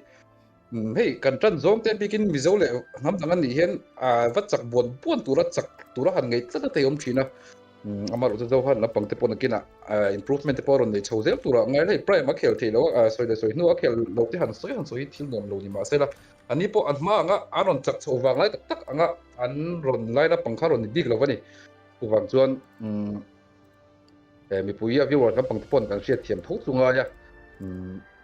engemaw no problem te po om ve thina squad la panga te po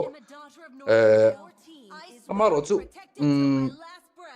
hui speeder le uinga te po kha game sa po khani thowa tira han lang sal vu lo ma sela le game chowa an poimo na ron lang thina kia han et mai chun an street mai anga street mai ngam ti te min ngai to tir de rum ruma amaro chu grand finale te dia best of 7 han mu te chu tak view mai amaro chu best of 7 han mu ta ka wanga le pangtan troll game tu ang chi ka chu a chi chuang lova mu nam chuang lova poni sela game ala zo lova match sari turani game sari ka hriat thiam theidan turin best of 7 khani dona aron reverse sweep le thei thopoka zam kho por bung bu le thei thopoka zo hal lapang transitan rung ta lapang nen han ti chou po chungai to ke ya ti te lo ma ke game min ti tang ve ut maya hei kan team tran zong te football te pon ninga an chak lo chon kan nual de uru yang khan aw ve thia game me kan ti hi lo game me lo khop me sina ka soi kha kan soi zui le lokanga no thiam ula casting ma choma kan da o lok me ta sela hei ka soi ta kan khan mobile legend khan an ben chowa ti khan han india rama po khan hai dowa covid an chowa ti khan vpn te na kan khel chowa chuan mobile ron suak ta tuna khovel tleminan khala chove big beka esport world cup te ron to ma kan hriat ngai reng lo je taka chuan games mei kha esport world cup aron yen chho to khovel kal phung zela physical sports lampang hi kan du mo du lo mo kan ru on zong ani mo ni lo mo kan han lam che do tu to mpl te po amati po kan hit view thin ma se tuna chuan interbranch way me te ngemo bi kan ni lo phe chun atiang physical sports se phe chu youtube lama po en tu te chem bang khan kanam to lem lova chu tianga chun esports lampang hemi in chung lu ma tang khel mai the punwa pothek si lem lawang chi hi kan in suan chho tan mek to ni zo lampang te kan thir an le me la he do wang hian duangin kan la involve le thelowa amaro chuna kina arong kal chho zelang hei tuna esport lama te po kan in suan lu chho zel do na chunga chun na ka soi ta khan ke tu kalo in nge kalo tang ve thina kan community tha mai hei tuna kan tournament te pom je taka chun hei all india ang type vai hunan boss yang chi ni lem lova mizo kan ni meita mizo tam jo ki mizo ni vai rom enom ponanom aron om je on meita kan main per chu mizo ram khan ni thina wang khan hei virus te po kan nei thathin maya tournament lian tham hei vai na sing chuang view nei te po live de khata sing chuang de yang chi te po je taka chuan god like ti te si all ti te anan host ani a khang ti te kha kan chanela te pon host la a view chu sing chu kai ve var don thot castan te po han roi bel tala vai te po chu tiang lawa chuan view po tha view mai om je bera chuan kan community chu tha kan a khel te po kan tha maro chu ma tang to pon squad tha hi eng tiang he kan chu thei lo re ma tang to zo khan la ni do char mai kan live stream tir ve tang to pon Zohunt le STP deuh char khania ba kharon chuak mu ma hinom lem lova viewers te po kan soi thin kan soi le don kan vei ve zong ania kan soi kan lo soi mun don ni pon mi thiam bula loko pu henry kha kalau kat zuai che kha kalau kat zuai che cái information này hi giá giải na dik lâu mấy thế à mà sẽ hay adik na chen chu om ve thau ni chu hay chu comment section da ma khan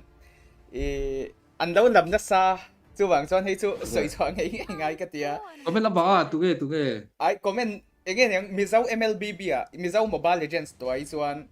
i7 ti lawa aping an lam zing ber chu tu nge le hal loop sa ming an lo soi na sak khop me kha fence te loop sa fence ten taming ka sia kha kan han soi ve zoi nga he hi ka soi dik lo me thia ma se chen su ma chan chu khami news ka shiat neu kha alom ve ani kum lama po khan I team an form deu deu kha khami bi ka hen tung kuma hian ka hriat so lo chuan ka soi sol ka lo lit to ka wang ka soi non tut tut ni zo engam mani team chade o kha mizo be kan ni don nge don lo chu ka shemi lo khami kha soi thom deu ne kha ma khami kha chuan kha phur kha ka ti khop me ke ma bi ka chuan awat chadon ve ti chuan se an ding rei tura ngai la an ding rei to nga chan chu a ma kha chuan hey streaming ten lo khoi ve buk ne khan ein hlok thlei ve a zep lo soi chuan tournament de na chu chuan ani chu hey pro gamer ka tiang chi category ngor ngor khan ni to wang khan an tang khan ho ve em chi da don hai chuan side hustle tiang a chiar pha khan to an ti fu phei chuan an ni phei chu heta an ma ni kha van lei du tuang khan to don ni team cha SATL te thlenga lu theina chance kha an nei kha khami wang khan chu min leak information dik lau theng dewa kau soi ve tour ania chuang kha ru chu dom khop mai lum zia tournament si na mule chu chak to khop mai article ve do ni po en kha he va join kwal ni lovin pu do ma ang tikol lovin hei LCF pa te po LCF ka ti kha manipur lampanga la fu ka bi te po ka tan khan khele zo thin ani hi enga bek nge chon khelanga hriat lova ron comeback le se tournament sin a chon mu cha kom khop mai ama tan tak pon a that chu kan han ring ve do mai mai ani hi hei viewers te pon ni tra live stream phe chu regular ani ek pha po kan lo om lawa ni phe chu regular em mai streaming chuma phe chon ti ma din mo khoya mo enjoy don ni chon a phur om viau chu ka ti hei mobile legend lampang po kan in develop so zelanga tournament lian tak po kan ma chan so banga so ga lup hi guys mu ta kom to khop mai ti ma lon tiam don nge kha soi zau dan om lo via interesting lo ve ka soi zau ngam lo na chan chu mo hei an ni anga to internet game hai ti mai te la squad join don tai la khang tiang squad ka join dong kha chuan a confirm hal pop to bi kan ni chu a chan chu hey khami top tier level kha kan ni lo ta khami level thleng phachin ho kha chu hemi offer chadang kha an lo pele de tu adona khami khan dokana khan an du thlang tur sang kha dona sumi wang chuan kha tak kha lo sei sual te po ka nei ve theya dona hian RIP mizawa chuan Esports organization kan nei len bera khan live streamer nge content creator khami combine khan pokamo chumi lo ni ve ten eng khan pakhatai chuan pakhatai chuan hei leak viral kan tiang chi neng kha chuan ein chi alo ma se mi soi thom ma se a soi thom tu te alo soi tu te ho khat le ma WhatsApp active deuh ni lem lawang chi hawang khamo khang tiang chi soi thom ani wang khan tlem song ka bei sei ka beng khan han ver do ma se engma kan soi theom lo khami kha chu ama du than na te le an ma son hi rom le ma ya cheng za som sari poko smile gi par henry ku vali tu ro aron ti smiling the mai kina chan ve be chu ka peli kala peli leng lom thu kan soi ni lom thu kina special pon wala tu ro ma chuan ni china ka soi bok kha ma ro dra chu local lok sela bi hei enga kha lum ji te pe chu an phale lu tu ka ti mela aman enge mo mi dang khan longmai koi viu lo la jangula an tha over a thil danga pon tha tho na chungin enge a team avain form na tur kha enge soi thiam lo pakhan got khan tu na game carry the dor chin chi lo wang khan ani po eng team nge ron form pang ti kha ro ma ama te po ka team in form no rom thina ke kan ni interior tha ha nam to chin si kha wang khan voi khan han chak lo han discuss vela ai lock ai pu henry kha chu thei lo fence ten porto an fence ten nei ani so fence anei to fence ten minute te kan ni mai chu wang chuan khatiam kha chu kan da chato ga chu game number 3 mu nom ni tok shadow Esports le team Zohunt kan lu dang le soi no team shadow Esports lam te red team lam hen to nai chu o in phashoi na an nei me ka zana hian purple flames battle kan ti to kha team Zohunt lam te purple flames hi alo blaze bel don nge ti khan team shadow Esports lam te ho hian an mailing hi an lo cher chun zom zel don le game hunom takania he tournament in no clear lai me ki zo winter cup ania summer la ni lawa chuwang son la ngai dam thei tier 2 lam te lo soi bel du kan ti kha ka shereng ba se kha ka soi bel lawang zan nam chu khwala bo hi le heta ngoi te first blood ilua extension an lo lock full it may shadow esport lamte hawin and movement and read to kan tito ka as we already mentioned shadow esport aren't simply playing, they practice really well, and not only that they practice beforehand inside the game, they even study their opponent really well, and right now they even secure a first blood. Guess what hero did? Guess what hero did they first blood? It is a Hilda with a clicker that they just first blood. Blade No Mercy go for the invasion. Boring Adumara, will he find ways? It is going to be a retreat battle coming up soon. Boring Adumara going for straight with a spatial migration. Oh, got thrown Blade No Mercy. Kakatso Amazok in Mercy di lang. I don't look in Valangem. Ilu avalu chun som veleng. Hala damage to Sam. Anelo. It is 1-0. Great lead coming from the side of Shadow Esport already. Kami because Blade No Mercy changin. Arash Deo shit ani mase Hill Shadow Erotu and red buff still saka he's still the red buff away, giving Boring Adumara a slight disadvantage in the upcoming turtle fight. Mase kakatu successful invasion yanti sakle shamang tiro titsuan turtle dikhan allow spawn sunjom veleng hala Shadow Esport lam te chang hian kong in hong hi neu chu tam view nang chu team Zohunt lam te fenin nei na hi engting nge ni on lo pang chuang le achan chu sorry kha ka soi boy deu default le mun hian feni hi an lo lok na sa ve thei renga ma se Blade No Mercy khan ni thawa chuang jon harsan nei lo tora ngai tai la this one tun bi ka khan soi le soi nu Blade No Mercy invasion avaneya a red buff skill sakna khan default bi ka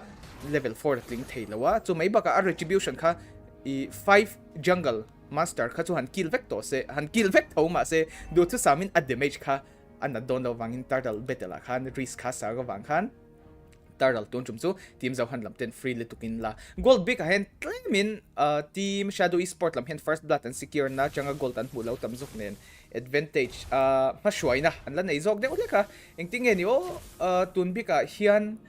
akal chau don ni Boring Adumara valu chun som veleng hala special migration valid recruit ne lo connect chun som veleng hala ngoi ti an damage von ve kha ka ring phachi alawa ma se revenger kan ti don nge ni mas Blade No Mercy an lo lok chun som kha ni kan soi chu badanga an nei sia badang kan athok lai an nek thei wala aman thei bok chung tiang vekin default taong vele bok chun som tur bot lane lama wing kan lo punish vele ta chi mai don chum su decision making chale view me amun an kill lo secure bel vele hal boka 4-1 ngoi ti Shadow Esport lam ten tu na hian game domination ha shuai na an Karma som kan zo du te tu mo lo nei le der tàu thu bắt đầu viên hệ mấy chiếc đồ thu đồn tất nhiên là hẳn đồn đấy mấy tay là dấu hẳn nó bằng ý lù hiện support hi là tay bằng hiện cao ta sẽ là game bắt đầu làm phải đứng đâu vậy tu na hian an sok tang lú lúa lúa mấy mẹ hey ý lúa comfortable hero mang thằng nền draft po hiện ăn phụ thấy mấy lúa mẹ ăn sặc lẩu lên thì chuan draft phi hay thì sai được có thằng khăn thắc top chín ta sẽ là cái thịt quý đâu mấy mẹ bikin ý lúa support đằng hero healer đằng zone cao ta sẽ là áp dụng một phần tỷ quý đâu mấy mẹ hey tàu thu bảo cái về mấy nhỉ chú ai imo an sok zok ang kati zong chan deu chu hey an khel dan shim shim nen tai la team Zohunt thi por deu ang khel angai ve ni achan chu support vel ten mang kha chuan mu na khel dan hin en tai la bush hian om reng se bush lu hi ai a phur om lo ni chu khami a phur om lo na khan mu na hian lo sok ve le zel don sia khami kha Shadow Esport lam te hau hi Shadow Esport big shim hian tu vak ma hian support hin langam lo an strategy shim hian ma chang to shim khan mo chu alo ni vele bok nen khan le game bi ka chuan an mamo ka ti chu hei I khufra tiang chi te hi han pick top se high risk high reward anga kan di don chuan avat thoka fu lo chuan an punish ve khan ni me a fu china kha chuan a dan kha dang ve thung se tiang deuh khan mo heta zetian an la vele ta chi abok nen he ngoi te fight hi an siam chun zom zok dong ni real world manipulation lo len chale view me as a man force pa em chu lom lawa chrono dash len ready lo te pon ni me te ya tun bi ka chuan white beard bi ka changin red team lam ka zok khan ya pakata ka chuan advantage lo nei zok de le bot lane lama white beard o wing nen kan ha soi so zo kha khong in minau she thiamula 4-1 hey fight an siam dan hi anin ti keu hi rina hian duai hian an lu thui chin deu kati deu leka heta spatial migration das team izau survive padonem atheng tok son default an chun zoma das team izau chu kill Blade No Mercy changin boring adumara kill lombok 1-for-1 trade kan hmuatun khan explainer and jungler trade ania a trade ang zonga kan soidon chuan team Zohunt lamte trade kha poi lo zok deu lek ni na langa goal difference hi asang lo bo ka tun bi ka chuan piece cracker kha ka chu e khai wing ka nok thin khop mea hui speeder in a hun taka lo follow vele bok ne tun bi ka hian Zohunt lam hi an line up hian soi le zoi taila vai zial mo na hi a target thei pa nga hi om le mi lo ni chu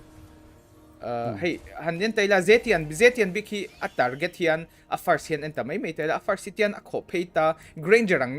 ang thau ni chu granger po a rhapsody ne na ka khan an lo side step mon lo in bum chuan a first kha hey damage di lo top there ani phei chu a first kha ava thop phei chun zom to lo ta kha tak a va catch thei tur pa nga khan om si lo heta phoenix ne na ava kot na hi chu te che mine a work chia lo thin ne nia ne ta das team zon lo kill chun zom pe de poka e fight hi arim sang don lo mu nan ava block chale view me an nok le tok demonic infernal pursuit zong and default an tu na khan e dile chin tiang a work thei lo Zohunt lam hi draft a hian an chak lo char to a game a hi son in pot chun se ti dang kongom game number 2 a granger kha ani to a chuta a game chunga an lowin outplay le advantage an de in atenen game number 3 a phei chuan hei an mid control berin engma ati theilawang lukin tun hen team Zohunt lam ti tan hian game hi om ve deuh heka an tana thil fu thei om chun chu das team zo hian nok to ka an ma ani hi ava hui khom chata hemi muana achanga ultimate skills te na va cc chata achulanga hilda na backline na valule blade no mercy dance hi ni meya white beard pick ai chonia zaman force te chrono dash te ne na va dash kol khachu thilom thil kalphung le thil ni dan tor khachu shim kha khachu bel ngai lawa khami ti the nang khan apol te hian an set up sakanga ya poi mo bear farm sak te chuan eta mona flicker moi tuk mein Peace Cracker, Valenzuns of Velen, Hal Pote support to Sama Mua, 1-4-2 trade can pull. Will they extend the fight here? Default going straight to the backline. It is going to be another shutdown coming from Mr. Whitebeard, but at the end of the day, it is going to be 2-3 again. It is going to be again and again. Shadow Esports getting the better trade. Das team is out. Does land himself nicely in the bush, going straight with Stardust, locking who is Peter. But what else can he do? As who is Peter's already there, boarding Adumara doesn't land the. He doesn't land it, but he does have the Violet Requiem with the help of his passive. Does land the knockup, but at the end of the day, what can we say? The fights end. Anile top may tuntin mun bi kai chuan. Aba harve. Struck with to go. A game chuan a hian kan lo om ve to thin sia mo. Lo ti ringot. Ang tina ai timela an la chak game hi khatal chu han la ve se game te po mu nom le zol de wanga tiếng cái chuột ăn straight mấy đồn sao đồ Esports làm bằng thế anh một kill thar anh một điều high risk high reward chia rồi खेल लो bây giờ ăn draft với thum cắn một tổ game thum cắn một tổ na ngay nè game one chiếc khăn là draft cha cái gì tôi đã bỏ anh execution là khăn này là xuống silo vàng khăn anh một kill thar high risk high reward cho rồi thì xin sẽ cái gì mấy tiếng cái gì chuột ăn straight mấy tầng thì tập bộ who is Peter make killing streak lên xuống trong về đến hal to anh item em nghe này cần anh chiang lóc càng tuấn biết cả khan heta item bản hí sâu lên này item anh to little anh thì lấy thấy to lâu anh để mấy chị sẽ ôm to little team Zohunt làm tết tan hiện nha late game bộ cần lăng hạc thấy về thấu mày late game hành tiếng nghe đi nấu khẩn sầu thấy đó ni blade no mercy value xuân trong về lên hala đủ thứ samina dance thấy lâu tuần biết cái tan chuan heta special migration mỗi little kinh lâu lên xuân trong về lên kha ania cần tết trên kha ania in outdraft tier lại early draft cần lắc trên hiền early draft huntimate kan first pick khang tiang chi hero hi uluk le zuala ngai china first pick a hian a tlang puin fu chin chu hero flexible thei turang chi la khi poimo chinan poimo de ver china flexible hero kan ti chuan roll patni thumvel anga in switch call thei yes shin khan soile ta mai taila jungle le goal ta mang thei anita badang te poi exp ania ma se chaber so ni mi achong lo khang tiang chi kha lak kha poimo vele chin sia Hilda big tak su exp pon khel thei tho ma se du thu sam hian exp hian a perform thei lo chin le tun bi ka chuan shadow esport lamte Hilda bi kai chuan anin prepare chato le tu Hilda ingang pon phang se Eudora pon ang counter thei tuang ti tur khopin shadow esport lamte Hilda counter tur hian tu na hian anin prepare chato ni important set tu na hian clear tu lamte kan clear thiam ngai i handle chin tiang Zohunt lamte hi chu ti te lua an fual ani ti na ani lawa a draft hian game hi a shil thui chin em awang le practice makes perfect kan ti kha a practice chathi poimo ani le boring adumara spatial migration tun bi ka chuan skills in force na ten ya te zon amun an moi de tu mai peace cracker and blade no mercy alo lok chun zo vele nga lilu tan ko ngom don nem le theng to kin ava sut chun zo vele nga vai le dukim nen train cc moi de tu kan hu chun zom zel fight extend rem sang don le vai zel mona changin du tu samin a skills follow up na turom chi alo chu tiang back in damage sang lo void beer tan extension kan ngai chang vele extension an nei na lo ngai chang vele de tak me ma se default an nuam le tu kheta infernal pursuit lo mang khum dan lo mang na sa at tampo le ta tol mai box ya zuan chon som zel mai athilei thailo mai chu white beard an a damage tu lang te anei ve to tho free hit anei thung chu engang pon khai infernal pursuit ten han zuang ma se ati tu chu a len ve to tho ni ting han 15-6 ania team Zohunt lam te zoi mang game an in turn chau thei na chance a sang chau ve kan me zau chong po thiam min tlin to lo khomo hin din han te po Henry be hin di de janta he hindi hi chu katil thera la pangani lo ve tat china white beard tan mulwara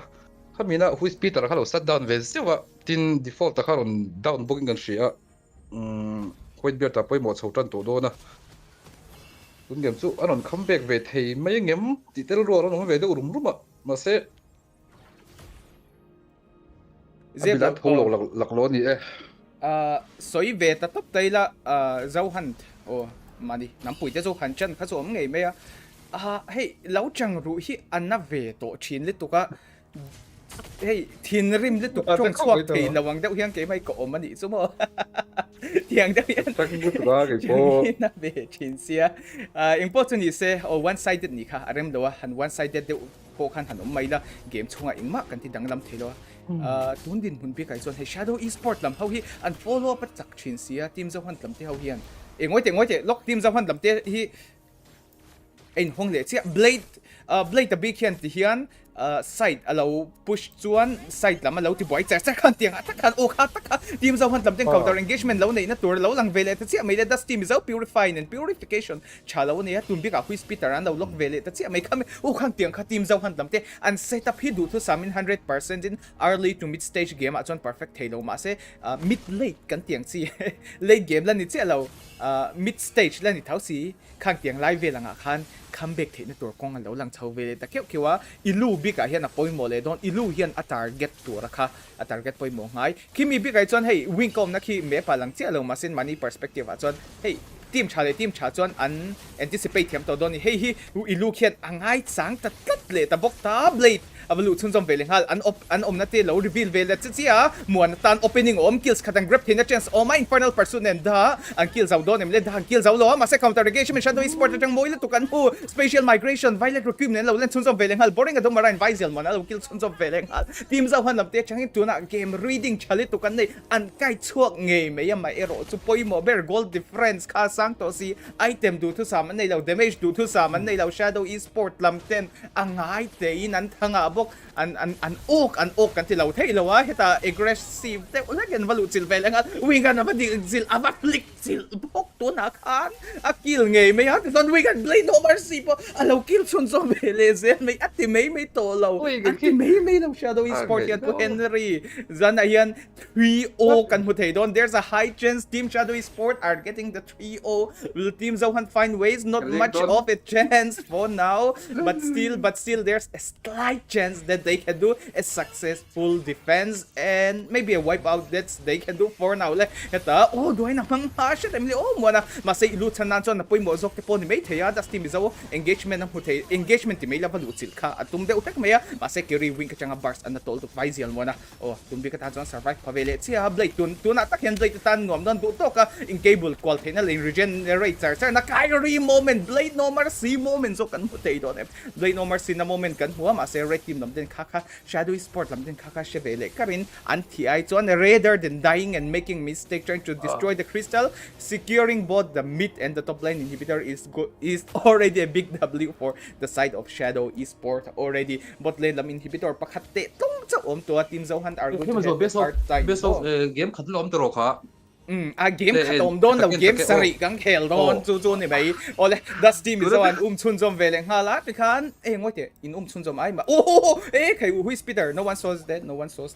kha chu kan pull out in bit kha ching ru Pipi ko mo mang khan ngai to ro sigula pipi ko ma ngai to kan ko lek don thầy à bố hiền vì final thì ta cả dép lâu chuan hanin one side deu mà sẽ muốn nằm thấu mi hẳn team fight po hi final team na chuan team fight thì classes in the bushes real asin 27 thầy we forget to best of nghe mắt khát tal chu an lak ve chu ka du ni zo khan la pang hian kan vaya tu lo tu ra an ngai la chu ka chu tang le tung thi na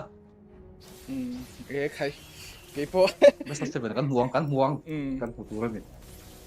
thầy ka kor ka lau pot chet le man che pa ka kor ka lau pot le bak bak to chena mo ke la hi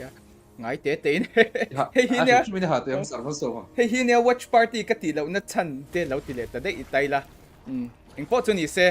pride in tikong dongpon game performance ne chalo ma se pride of Mizoram andi nakha akyang lo nga Mizoram hi zep lo chan mo anni aya Mizoram tiping chatur squad hi an piang le to chuang hi karing lo ni chu MLC bi ka her chon mo kha ai important is se ding chuak tho nga ma se India ram nga Zohunt ti dar shet tu chu ne an piang le to lo nge khai Kazuki official pon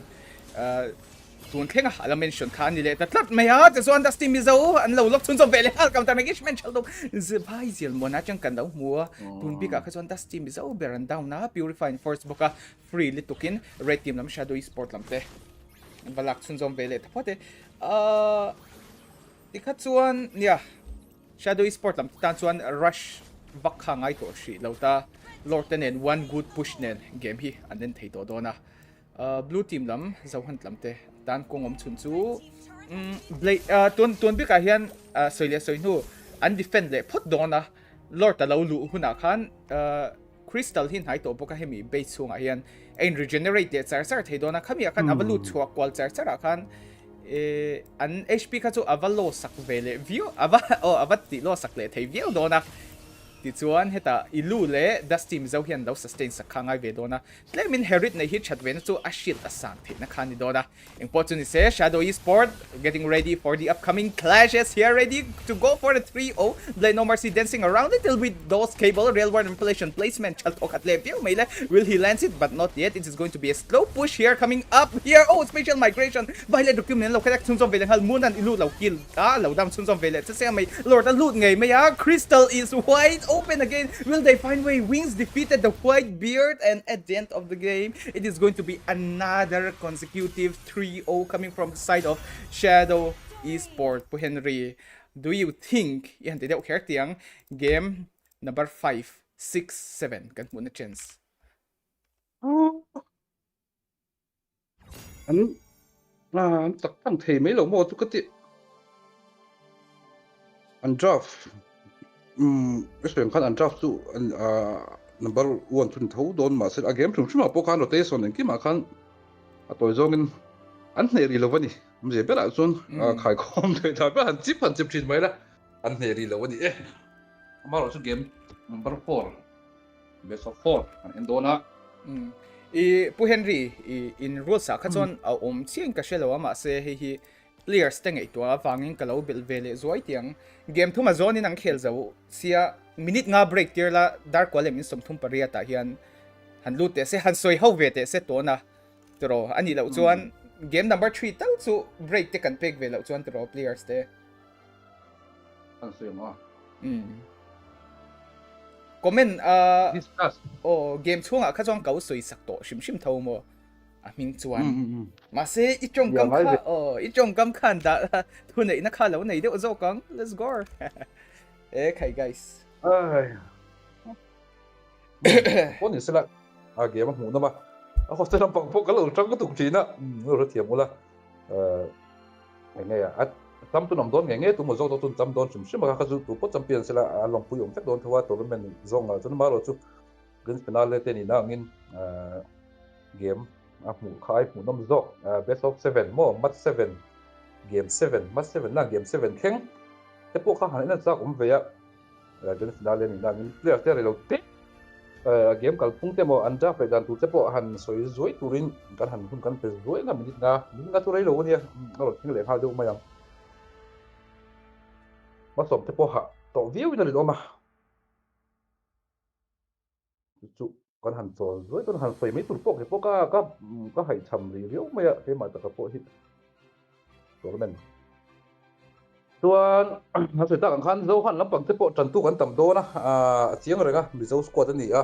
hey mi zo a ni sim to chon nam dang de ani pe chon han chang hi ana mai han chang ul mai pe ol china in khel kan ente pon ani china chunga chuan tournament dang te po lom don chawa hey world cup anga kum ka dana om poni lova tuna po tournament tel sem lo ma om meka vai tin an chial pe chon tournament hi tam reng mai ni chunga chuan dấu phần lắp bằng thế bộ sử dụng đâu khan ăn bóc thì lắp bằng thế bộ sấy về tay là trung tâm tận bây giờ alo thì chúng cho về tổ những gì là mà thế bộ ha lên event liền mất sắp cái này về tổ này thì anh boss sử dụng thế bộ anh thanh sang về em mày tổ mình xin mà chôn dấu phần chôn sắp cái những khan này thì có tên bây giờ mình tìm chúng cho về tổ thì tìm world chuan nghe à bề bom đó rất là sôi tới đủ chú hey tournament rồi bộ cái cái mobile game sao nhỉ chú là tuần mình cái lâu bối về tổ nghe một những điều chứ thằng cái lâu bối sầu về tổ phút ta mà khéo thì cái gì là không chỉ na lại cái là khan game cái cút té cái mà ni thì bộ man thấu mấy là cái nó rùa hiện game xin là ông tổ lâu liễu ông về chỉ na chú tiếng ngày tổ tuần dâu hẳn là bằng thì bộ anh đình hùn anh dâu hẳn ni na anh vòng đấy khóc mấy tiếng ngày tổ tuần mà như thế bộ anh giàu em mày tụi nó chắc lâu thì bốn chút tia và phát tốc chiếm anh kêu thiếm lâu không bị không thiếm lâu em tiền khát tiền tia vậy cũng phải chiếm bỏ tụi em lâu và anh hề lâu anh chắc về lâu chúng khát đến bây giờ với tập anh chắc to tôi vắng tôi khát tiền tôi có thể khát ngay thiếm mi lá tôi thì luôn xuống cái sợi đẹp chín đốn mà tụi nó mình asi này hiện dấu hẳn rất lâu đâu tôi coi his squad đắng mà số bật bốn lần sợi không dễ tụi lúc gì cái sao anh đi chút cái lâu có tầm đốn lâu và khát cái bộ khát squad thar thế bộ rồi tin sầu không là thế bộ quật ba ngày sầu tụ ra hàng ngày là tin hey kan soi tel du pakhat chu ke ma ni bi ka hian screams mobile lam panga kina proposal te kana the du tanga weekly stream ang chi tournament lian thama nge squad don la in din so ve si tournament sanga nge spotlight han chang pa si lo laro 64 vel changa han ta deuh bai thin ang ti tela full ve si tournament han tlak thum shimi chuan ale pe kom don han ti mai la hol na hi om ve china khang tan khan squad line din thar deuh hlek tan tele squad nge i la in develop thau zel pu tan ano pang zok tan screen board sei kan han tum chu tu na hian kan boi pui thau mek a chung kan te chuan kan chanela te pok kan live chho thei tu ra ngai la midang chanela te pok kan live thei tu ra ngai la weekly nge kan kal pui do na tiang kha rom han da fel pai tak to la siam thei che lo dewa inter college lom vele thut bok nen chung ma te po chuan nge thiếu trả rồi theo sốc tu là hàng ngày là tin Zohunt World Cup po han số tu là team zali le som thum chuang anon tela atam zok mi zo squad an ni a squad team mi zo hian kan lo tam em ti hi a hriat mai a kan nge kan mi pui zat nuai som pan hi vel lek zat nge tu chuan squad kan tam em mai a ni tika mo chuan kan la par hul ve le ang ti kha han ding phot mai la team giật lý som thum xuống rồi tiền nó lại cả là final rồi phim thấy cái chỗ bao vắt chát stop vắt anh vắt thiếm lâu vắt tí vắt bị khá adik xuống lâu vậy nè rồi vòng chuan cần prime line ôm anh kiếm mấy cái này đâu vậy do phần tập hun rấy tập do phần này rồi sẽ thầuตัว SDP thì là mà bây giờ mình đâu anh thầu đâu đắc chỉ na SDP khác do phần thấy cái chỗ anh này thì lâu chỉ na anh chặt biết lại bộ khác anh này thì bằng lâu chỉ na lúc gì cái sao đã thì mình đâu prime mà ui là tí thế xem gì problem anh tí hun lại về cái chỗ anh làm sầu về India là mà con làm sầu em về tôi là con làm thôi mà tôi bằng tuấn lái té thì hay là squat thì bỏ hẳn em là cái chuyện này lâu khá prime rồi ai ở đâu khá thì cái bộ cái chuyện này tụ lâu anh ấy cần riêng anh squat thì anh là in develop về mấy cái này so lại cả là chuan tournament thật lệ chắc lâu bộ bây giờ lovin anh mà như dấu hẳn trận tu tắm ngồi cả là anh tel lùi chầu này chú bằng chuan em đàn tiếp tục ăn thiềm ngay chẳng tiếp tục ăn trần thiềm thâu ngay thì các anh soi để tôi tính cắn inter college tụi các anh soi để lúc college nó bằng tiếp tục cắn lâu em ta kinh tụi lại hiện college sòng bật full việc chú anh thì phải tụi tin lăng hạ make PUC thì tới lệ cái một những college liền thầm đúng thế lăng hạ cắn này đâu vậy kan tournament tan hun tu khan ni nga vel kan ti kha ma ro chu hei kan ha wangin kar le kan lel pa kar thar kan lel pa kum sar som ni poruk ma ti ko vela to kan tan the to tura ngai la tournament ri do lova kar thum vel le ko tura ni a le ni pen kha kan han trai ve bur le do ron ni a ke ni hi soeng do khan tum le pai van e chiam wanga tournament siam kan ni thin lova kan tournament en thang ho to no thrianga inter college te pokaran ti chho le anga primary po puc an la kala primary te pokan mu chho tura ngai la tuan hemi inter college zo hian tournament lian tham dak mai pakhat chu mizoram tan bik la siam le chu kan han tuma abak te hi chu komin chu kan theng kan siam abak te chu kan mani te pokan retire ve to tura te po han ngai la ni te po kan nei ve to theya mo pi te po kha om ve to mai te chu wang chon komin na na chu han ti deuh chiam chiam mi la khak hun ol to khan nan kan han sei ve lok aniตัวกันตัวเป็น price pool ค่าการหันสวยสูงชิมังอ่ะตัวนั้นมีที่เจียงสิ่งทุ่มมันเยอะกันนี่ price pool ที่สังเกตเจียงไว้หรอวะมันจะช่างเป็กเท่าว่าได้มันก็สิ่งขัดอันนี้เวลาโดนะยินดีไปไว้เดี๋ยวนกกันหันในแต่พวกขันที่ตัวนั้นเป็นส่วน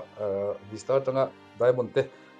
อันเป็นคุณอารมณ์รูดไม่ตัวหันง่ายละหันชิ้นเสียเป็กเท่าว่าตัวplayers เตะอันนั้น ready โชว์เลยจังอ่ะมีงาbreak เป็กขจุทำให้ครบไม่ให้tournament dang phê chuan best of one ti te game one tu zo hian break te nei deuh thina a chak lo lampang ta nin han khel zon char char ton chak lo mai te ol thina renga po ni hi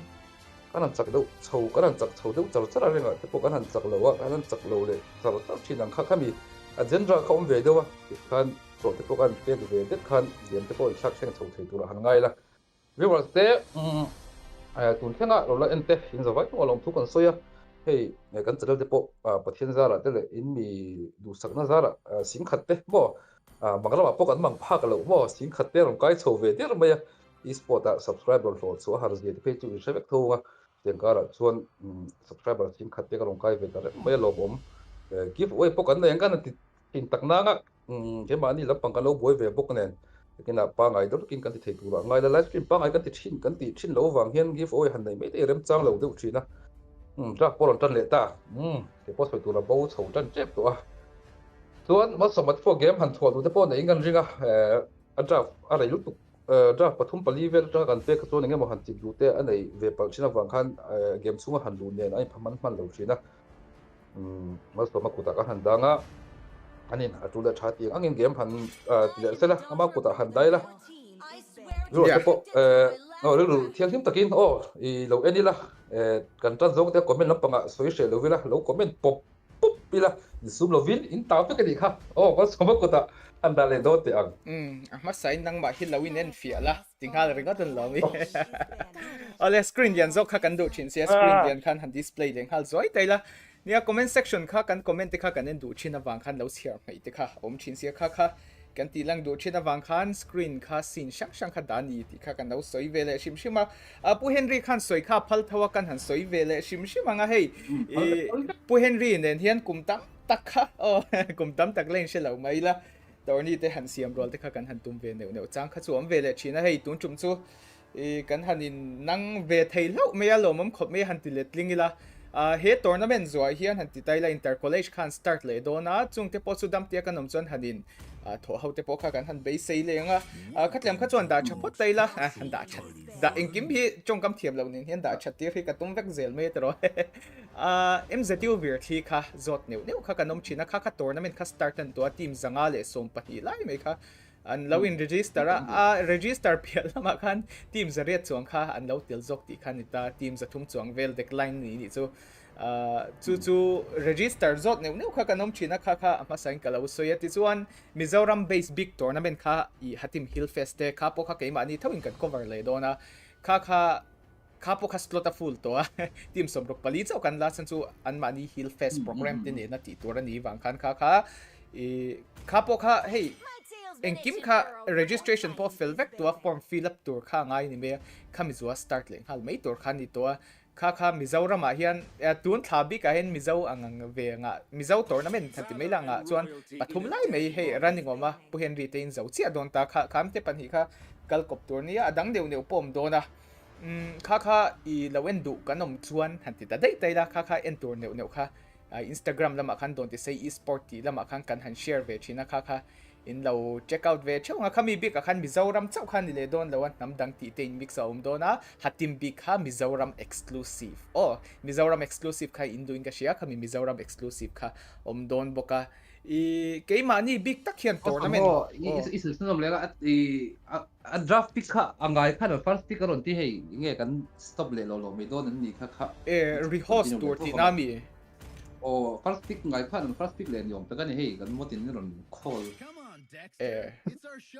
kan siam chang ha nge loko kan han siam chazo yang i soi lai kha so sunom le char thei thau ron tok ron loko hi me ve kher lo kha chuan ti khana tikle chiang khai ak nia pu Henry lo siam cha se ti leng hal ta dei ta pu Henry mo po zel taila mani diklau nei chu han in en liam zel taila khang tournament te kha om vele neu dona ke mani big tak kha tournament kha intika nge don ti seng khan siam don ti khoma I hei pathian zara kan van nei hlawa ni kum phei kha chu ke mani tournament pakhat chau kan siam mana aba kha hei neu velang khan ni ve deu vek meya ti chuan tung kumpo hi ke mani tak khang kan siam man lo mai thia ma se kan partner dang te ho hian Mizoram exclusive ang chi kha chu siam le ngei khan tuma chu Mizoram bikanga khan insoi phor na veng deuh khan ni se ma se mo ka soidu mai be pakhat le chu Mizoram exclusive hi be sei reng lawila competition sang hi chawngam lo ila khang tiang khan Mizoram exclusive te chu aum chang omanga ma se areng kha be sei lawila PP sang nga phei kha chuan chan chu Mizoram zong team anga kan ti don hian team zathum vel hi chu pangai chuan registration fill fai khan aum theinga ma se khami team zathuma khan ngei tur chu kan khel man lawa chu ti nga ya school kal lai kan ya kan exam dona kha chin sia tournament kan in register hi chuan unspoken rules kan tiang chi kha ve tournament kan tel chuan tournament in adjust tournament tiang ngai in adjust form kha ngai ve kha kan in adjust form le si lo te kan tel thei lo ti te khang tiang te kha chuan ke ma ni kha tournament tel kha arem chang em le ti kha ani ve thina kha in ti nu fual nan am ni lawin all India nga kan ti thin na jok chu khang tia khan in pe thei tak turang chi hau kha kan du thin wang ria team za thom in register ngor te chu poi he de ma chal tuk ma se team za thum chuang in register a khata team som hi vel in withdraw in resign velom kha a chang hi chuan midang slot tur kha an lo hau ve vek to sia tournament in start to chin sia kha ani ve thina ba khan pu Henry poi kil khata hian lo chap ve thin fawang Bây giờ bây giờ mà nó cần tỷ bốc in video khá anh tấm tụi các ngay bây mò lắm lâu hey lâu cái mà nó cần tỷ thì cái cái hey anh lâu nghe mò anh lâu đau nó hẳn tỷ mấy cái khá tấm khổng mà bằng chân chia sẻ khá anh vậy thì về chia mấy mà thế thì nói rồi bây giờ làm tụi mình tan đi cái sự ông lệ tụi khá vậy hẳn họ tính thế cái là trả thì luôn luôn nhóm đang ăn tiền hiền competition để sang về chuyện nó tụi nào po Mizoram tan chau chun ti la Zohunt te po tuna Shadow Esports ina anun he deu ang hian am le mi thia chu wang chuan nam dang an tel hian kan squad kan Mizoram po hi kan lo chu te viau tu lo ni tan lak ngai na te po kha ru min ku ti ve thia chu wang chuan a tha ve tho maya e mani bi ka hi Mizoram tournament bi kan siam thang thina sem do khana ma ro chu improvement hi omem te po ro om ve a kan tournament te lo ina lo pui chuang bi lem lo wa tournament hi Mizoram ma chun mani khel bor na kan te mani live stream te in kal phung kan han nei chho dewa Mizoram ma tournament lian pa ngai kum khatai ve khati te vel chu om se mania ka soi thin ta Mizoram professional league kan ti Mizoram ma ve khat kum khata hei M7 ang dewa tui tham de kum ang chi hi han tel khom deula stream bak te po a tournament organizer te po tin mo han tel khom deula ve khat lian tham de chu om chin se chun tiệm khóc mà ya Mizoram tan dik chok pon isila chu tournament atam ang pu ngai to hian a squad kan produce hi a thawi lo thina tum hei tuna rungat po mar sa tournament pathum birthday ni na 1v1 2v2 mi ting tin pe chu tournament tam le em do na te ngai to chu squad thai kan sok lo view ma ya hi squad ve peron ya ka sei po ko sei mu na an he po milon he to mai the ya hi Esports se itu ke kalau du daran ni tu na po semi finalist or sense Esports serati kita nomba kak kita tournament le ka kan ule ngem mo sang rồi hậu dấu phần tepo thì hiện anh là quy số về tất cả những tiếng là squat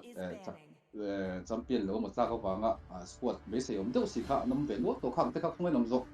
tepo rồi ông về đâu là khác chúng ta về về nên đẳng hẳn rồi biết tổ có thể là mà số một cụ hẳn nằm lại đến đến chỗ rồi tụi bạn có thể là game khác cả lâu feel về đâu về những mấy cái speechless về tất cả những chỗ nia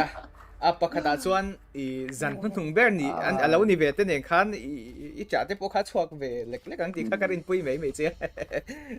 I cha kha chuak ang ti karin pui a cái anh mang lại đồ ui cái gì rồi mang lại đồ đó rồi tao mấy giờ lại đồ ni ô e khai wing ka Gary hin lo open sak non fo me a hi team Zohunt lam te hian pakhata chuan I priority anga khan han set pui mai mai te priority ben anga hian Freya hi ngai ve box ya ma hi chak tung tung ve le ro pui thin box ya hetain shadow Esports lam tia hian ben fing deuh an nei ka ti chu khi an last ben a khen plot an ben le keu khi an kimi bika tak hian yujong an lang halta hemi bika tak hian nga tinge ni o Zohunt ngoi te Zohunt lam te Hilda an la le ni hi Hilda an la le a ilu a le o blade ta changin bakshia kan mu le a ma se tun chu ka rong kal le du lok tun chu work thei to mấy thầy chan chu yujong bi ka hian a spell vem khami enge nang dominance ice nei kher ngai lo turin bakshia passive chang khan hey bakshia passive anti heal ang khan ni ta tiang chon ngai ta jok tela khami a ta khan yujong khi a counter ta phota item advantage nei the ni chon a shan pa lifesteal va siam kher kha ngai lawa item slot bakhat advantage nei ngin han clear sak phot taila this one wing big a hian pakhata chuan free hit wing hian anei chuan carry hian du tokin heritage adesh tur kha ava bars mana fast hand kha chuan omzi anei view dona ma se fast hand tak ma kan low bars zo man ti kha ombe theya an farm chak dan kha ni le se khata tak khan ilu om le dona ilu khel dan kha kan she chewing ka shia herit an backliner ki carry emo if he ava target leng hal tur khania if it's a target khangai to don lo chan chu ding top to don shima carry kha target don ta chiata carry hian engang pon heritage target tum ma se Hildain lo lok ve chu kha chu tang khana shom vele don ta chiata yu jong ti zo nang khoi kwal don ti kha chu soi de thein ta ma se khami opening om zo khani ka soi du chu khami ya ta khan opening an nei na kha lo lang vele don ta chiata ti chuan an ta na hero nok tur pani liomort le fragile ben out in lo follow vele ta chia phoka ti chuan heta shadow Esports lam te changin smart nation an lo siam vele ngal parsa le kadita no ben out vele ta chia mai le drop hi first 3 drop a iso na in balance thoka ta tlem shadow Esports lam de chu an advantage ne de chu vele de ni na langa mun na changin kaja an ha drop chabe o top lam chu mun na kaja lak chu e chu an ngai tua thui mấy giờ đón lâu về à dấu phần lắm bằng hi an ngai tua dấu phần anh chặt cả linh lâu ala thei thau Valentinan la kaja ultimate la steal theya chung tiang vekin if ultimate skills theina chance lo mati son heta dusty mi zo he full le chia hemi dusty mi zawan lapo lak na hian if ava target lock vele ta chat the herit invite khat ava follow back khangai le don angai le chia don lo khatilai tak khan tiang neu kha ala vele thau me Zohunt lam te hi game tun game hin lak theina chance su 49% oma ma se shadow Esports hemi kaja an lo lak le joy dang hlei theilo nei na lai tak hi engamani chu le mela ma se toy zong in tung chum chu Zohunt thian game khatan la ve mei lo mo tin ne amma pokhan keri tunang draft deu hian kal puya keri kha anwa nam ching hlei theilo tlat mai lai kha liru chu ti liru chu nom ve deu ang poni sela han en le phot be ti ang le game thung bear pon mai thea nge zanin chan na tur so ani boka ladies and gentlemen welcome to the land of dawn as we are witnessing Winter Cup Season 2 at the grand finale stage. Team Shadow Esports with the upper hand of 3-0 already securing their match point, and at the red side Team Zohunt who are going to try their very best to take us to game number 7, or maybe a reverse sweep might come out. But so far, Moon and Peter are literally controlling the mid game already, more like the mid lane already here. just now, just a few seconds ago, Ilu just got spammed so much. Half of his HP has been, lost already. If this keeps on happening, I don't think that the Hilda might work as they expected. And not so sure what Team Zohunt are going to set up using this Hilda. Hilda is in that bed. He can literally, yes, chunk down their damage that easy. And on top of that, go back to the bush and regenerate it. Yes, that's the basic core of playing the Hilda, but still, how can they maximize this hero after those games that they had? This one default lawlock sun som vele hal no kapa hisu basic skills trait damage trait this one flicker trait donem flicker trait dilema flicker force tun bika katsuan dewin default and all someday in move back tier like hal thei mate tapokan ni this one top lane lama hian shadow Esports wing. It looks like wing doesn't do so well, or is it Whitebeard getting a slight advantage when it comes to the landing phase? Of course he might get a slight advantage when it comes to Blade no first blood later this one. It is a jungler and jungler trade that just come out, but still Shadow Esports are the one who secured the first blood. Maybe a slight upper hand coming to their side. We can acknowledge, I'm not so sure what is happening at bot lane because we are focusing at the top lane here. Whitebeard and Wing battling out, trying their best, let's just say here. Turtle spawn, Team Zohunt literally get an advantage here. Heta tungay laut len sunsom velenghal default alot. Vine zelamon pon black dragon form lobak sunsom velenghal mase bori dumare bokin turtle low sigar sunsom velenghal at this one blade avalu sil velenghalin tuna khan electrifying beats and kills khat low rebel velenghal chu all ania fight and extend on that team is out dragon slayer they don't emle my also flicker nen a dragon slayer laka ain flick out sunsom velenghal chu all ania tuntin hunbi ka chuan turtle secure lo mase chu all equalizer an muwa kha team Zohunt lamten advantage and luck na chance to vele ta thau mele kill sain all boka team fight hen tu zong a perfect execution nei don blade big a hen claim hian hei kan hung hian two deaths an nei to tlat me hi level 6 or level 6 level 1 gap le don heta blade to level 5 hei kan hung hian tling mei dona boring adumara a jungle te clear zo kol nu chon level 7 tling vele mei dona level 1 or 2 advantage and in tura hian engting en yung cop up chau don blade an origin and still khang tak khani jungler chani na lo lang khang teng small details new level 2 lai me anin thau na tur kami bear kami gap tura tak khan kami blade big shot ava hawe khang teng small creeper han rechi buffa khan han rechi zok seti khau me te ma se kami te khan level 7 ani na tura khan apui vele don tlatani this one le blade no mercy tak asu impo atoy zong in level 1 disadvantage kha joy la ka hian an nei rang don hei an lag zone hu pon turtle fight lama khan anin adjust dana zerin kami bi khason han shil thui se pakada son utility hi team Zohunt lamten an lak chung chu tlem chuan hanin thlau de ulak ma se achang chin nia damage deal turn ni lo shim poka khang tiang kha chon poilo na chu vele thokhat view meya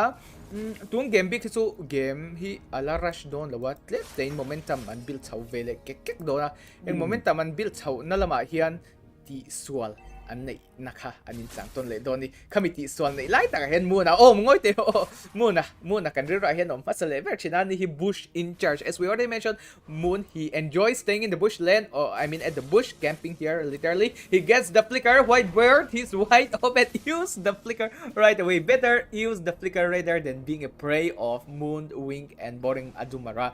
We just witnessed that Whitebeard already used his flicker. They might get a disadvantage. Team Zohunt or boring Adumara going straight into the turtle, but it is the Team Zohunt who secures the turtle, and it is going to be Team Zohunt going back right away, or Blade is getting a little bit greedy, but better play the same game. Pause and call kan pause vele zoyang. Pause. Referee. Kan referee kakalaw kick break like kan kalaw tackle ni alaw. Kakacho pu Henry awangan yan na taka suan guys. Kaka. Direct. Anyway, guys, that was a close call coming from boring Adumara. He does dive in with the help of his dash and connects it with the electrifying beats, but he was in a little bit of a rush. He wants to do a drive-by. Actually, the drive-by is going to be done by Blade. He's the guy with the wheels, but Joy was trying to do the drive-by. You can't do the drive-by with the Joy. There's a chance, but the chance is low. The drive-by works with Baxia. At game number 1, in case we do not know, we see a Kumar moment. Are we going to see another Kumar moment? Or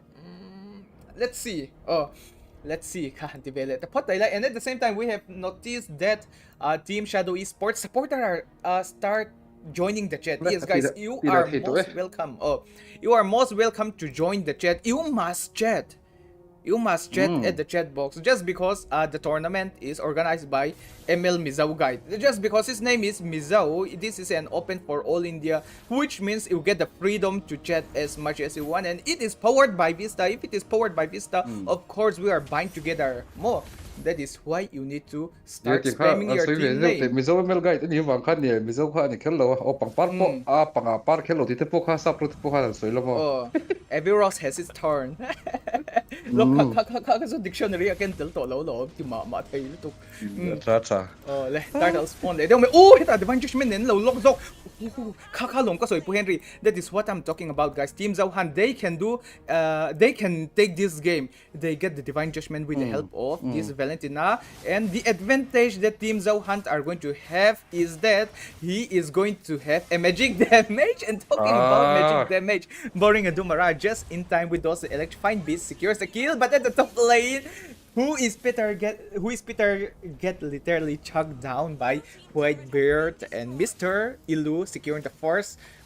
tier turret at the top lane, and Team Zohunt are finally back into the game, guys. All they need was a nice break, catch some fresh air, talking about their strategy, and of course game number 4, things might change, isn't it? So we have just noticed a change coming from the side of Team Zohunt, obviously, and yeah, talking about the advantage that Team Zohunt had, if Vizial this Valentina copies the Moon, Kaja's Divine Judgment. He can use the Divine Judgment, especially on the squishy hero, and on top of that, the pure advantage he has is he's going to go for a burst damage, and with the help of burst damage, what will happen? He has a chance to literally one-shot those heroes. That is the advantage Team Zohunt are having right now, but still, they have to keep an eye on default Black Dragon form. But fear not, das Team Zao,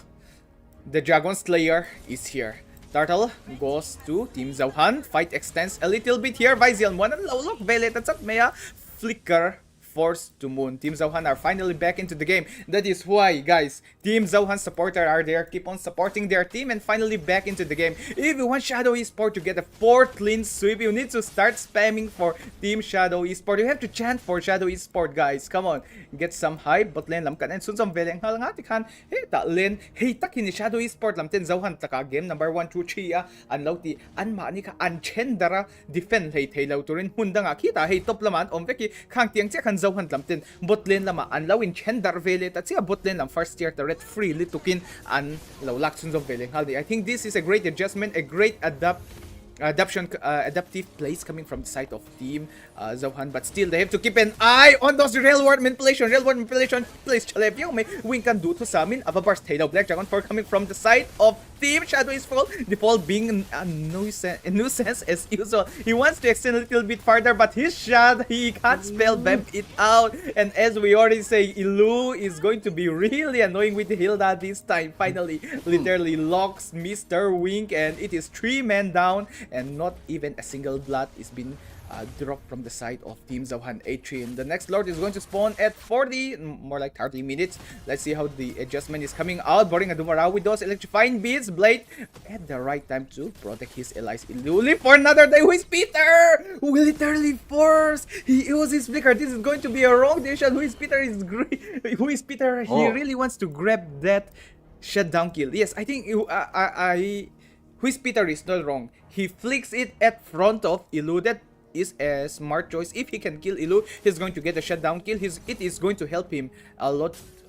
when it comes to economy. He's going to get lots of EXP, he's going to get lots of gold. That is going to help him recover, especially getting his necessary items quick. And yeah, shutting down him is compulsory. And additionally, as we already mentioned earlier stage of the game, having the backchase allowed them to get those extra anti-heal, which make default a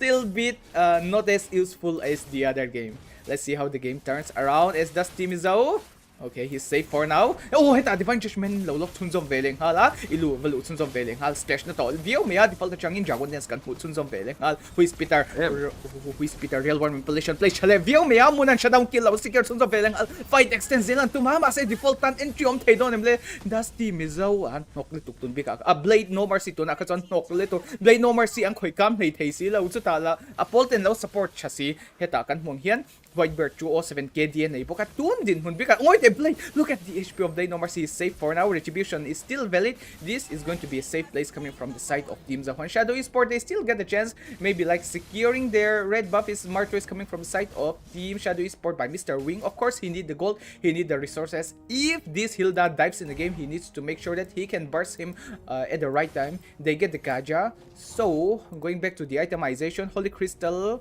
Heritan. Ano ito? Boka, this one. Lightning Chunchian, Valentina Chun kan hoto. Boka one shot built in, kan so ito kakalatum to kop may. One shot built in, tunchum muana akal fu chuan. Vai chỉ là khiên vai chú azil chậu tắc tắc xung quanh tổ nỉ game 7 mù cái ngà game là lâu top à ăn chặt lâu khá rem lâu nỉ đi comment game mà ngay dấu phần là bằng đấy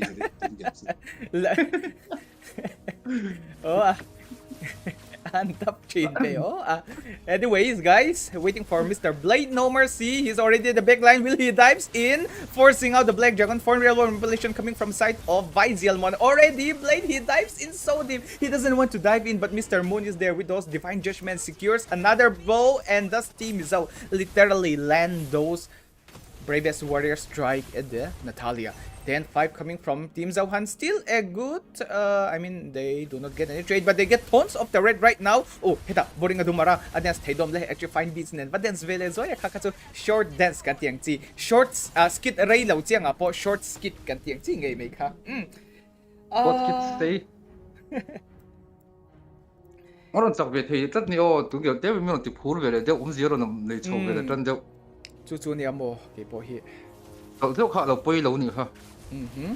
Kha ani nghe tao men game le hi nak tu ka kan continue với don về nghe tôi nan kan post sanga nak tu ka zong tu ran da mấy te po poi lo mấy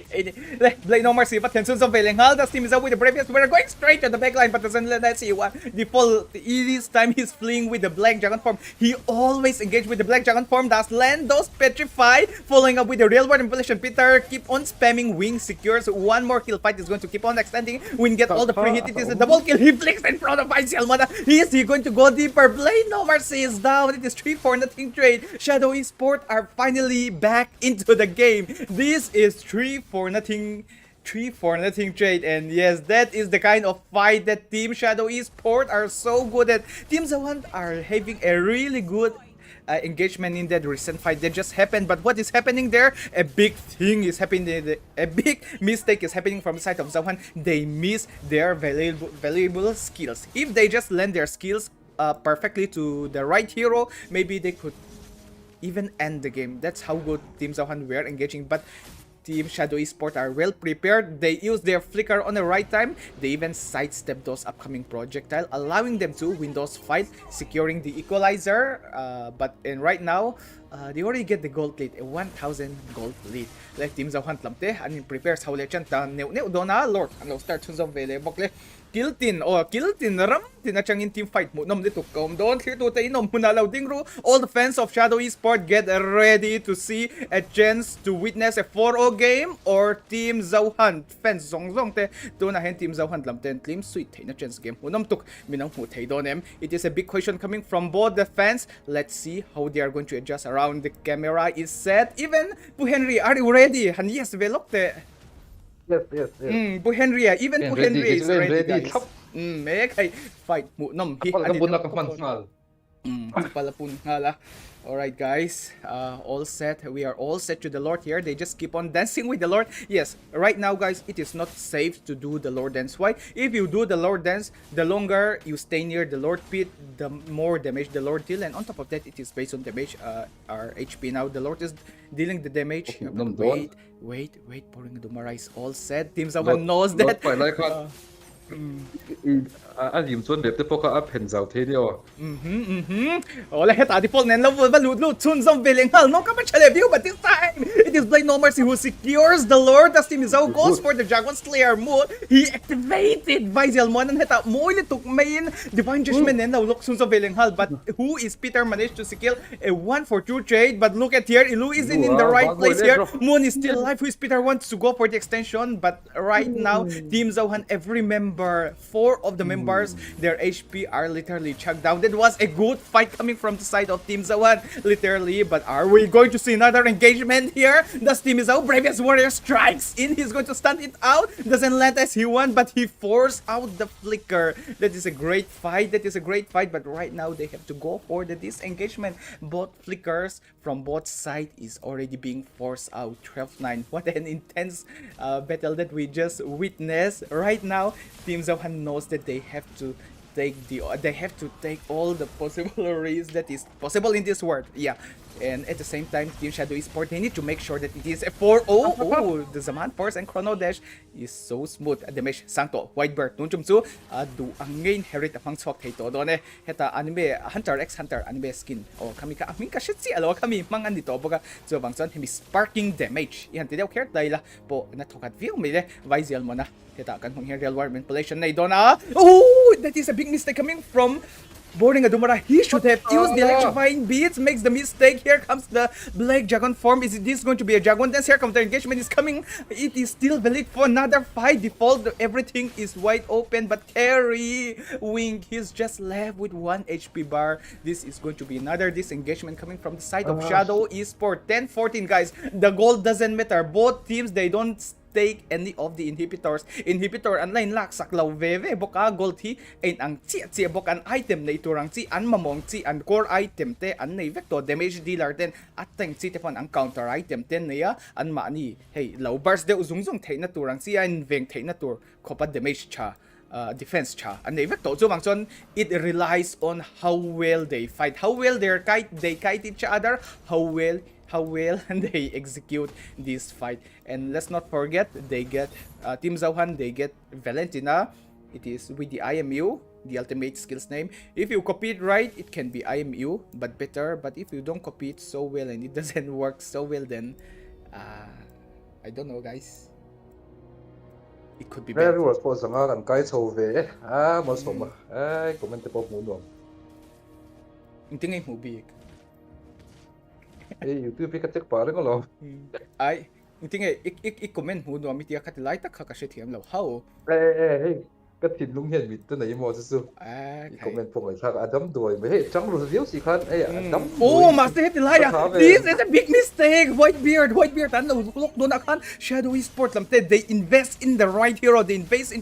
invested right to their target, the most important hero Whitebeard, and right now Default is going for the Dragon Dance. He's dancing around going straight to Vizial Mona. Will he use the Divine Judgment? He needs to use the Divine Judgment or else it is going to be disaster. He used the Divine Judgment. Default is in the wrong place now, securing a mega killing streak by who is Peter, and this is going to be Team Shadow Esports who literally take control of the game. This is 12-4. This is not looking good for the side of Team Zohunt. Whitebeard again and again. Even in game number 1, Team Zohunt were winning the game just like this. But the positioning, how they call each other, and the burst damage coming from Wing is so much fast. And moment from this team is out. He used the Winter Crown, flicks it out. Fight is going to extend again here, but Whitebeard is there. No one will extend further. Real world manipulation, but nothing they can do for now. This team is out. Okay, he wants to extend a little bit, but not for now. Mid lane lama, Lord in the low push, Sunzom Velenghal doon. Lord charge Sunzom Velenghal. Kan mid lane lam, inhibitor su. Team Shadow Esports lam tin lak Sunzom Velenghal. Shadow Esports, is this going to be a 4-0? Team Zohunt, are they going to find ways to defend it successfully here? Their HP are being chunked off. Wing is getting all the free hit. Look at Wing.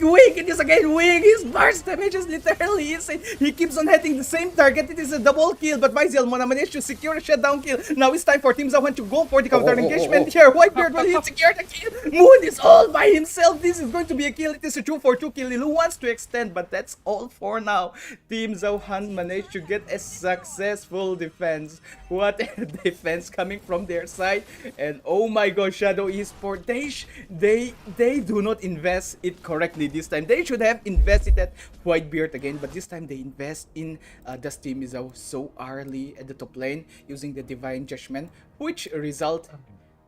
in a longer game, guys. No, Henry, koite. Hello, bé, chồng. Koite, sân thì khát Anh chắc nghe cái ngay, sao họ bảo cái chắc nghe cái ngay. Chắc cái comment game mà ngay đi autumn game chứ. Anh straight book cả đêm lâu đi. As we already mentioned, guys. Cái sự phát uin cái khi lắm, uin cái khi. Aron lấy chầu lấy chuan. Nên xin lỗi anh hẳn là lot fight don't lại tất cả anh hẳn thì kiểu cả bôi lệ. View mày khá tiếng khá thanh non lấy chuan chắc tổ lâu ai mà sẽ bôi lâu khá chú bôi lâu sao chú ăn gold item mà muang tên này vết tổ ta mà sẽ Shadow Esports làm tên advantage lên so mid lane để top lane kiki anh tên này đâu top tổ mấy Dusty hit top à khi na ray tổ lấy tục ultimate tên này na lane clear này đâu so lane clear khá đấy xem bidang in clear don't ta sẽ join allow solo kill về lại thì nó like ha ông về lại thấu boxia Whitebeard at damage ani ngata Whitebeard upon Apol Titan damage aduang ne chu adil saka sung tiang vekin winka positioning class chin ko may tuma hian an lock thei daw kan tiang tok khan ama tok lo ni bear bay Lord hat em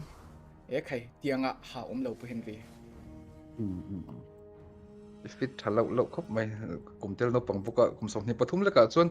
lai chuan ila fit tha kum no pang deuh buka Some pathum ni le Muna he just misused his ultimate skills. Now the engagement is going to come from Team Zohunt. Whitebeard, Zaman Force is being placed. Chrono Dash keep on dashing around here, but the Dragon Dance is going to tail out Team Zohunt for now. Oh my gosh, 2 ultimate skills and 1 flicker is being missed out just now, but Whitebeard, he already used his flicker. Maybe with a right target, Team Shadow Esports might able to cope it out. Kamibika Kazuan, and that the investment was somehow right, but not good enough. I mean, the investment is good, everything is accurate, but it doesn't land it perfectly. But Whitebeard, what are you doing there? Unstoppable skill coming from who is Peter? Double kill. Wink, he gets another free hit. What are you going to do? You can't do anything anymore. Wink is so much. He can dash around. It's a triple kill and ends it with a wipeout. Ladies and gentlemen, we have our winner. Team Shadow Esports at Zohunt Winter Cup Season 2 secures game number 1, 2, 3, and 4, and at game number 4 getting a perfect team fight, a clean sweep, and claim themselves as the champion of this tournament. GG's to Team Zohunt and GG's to Team Shadow Esports.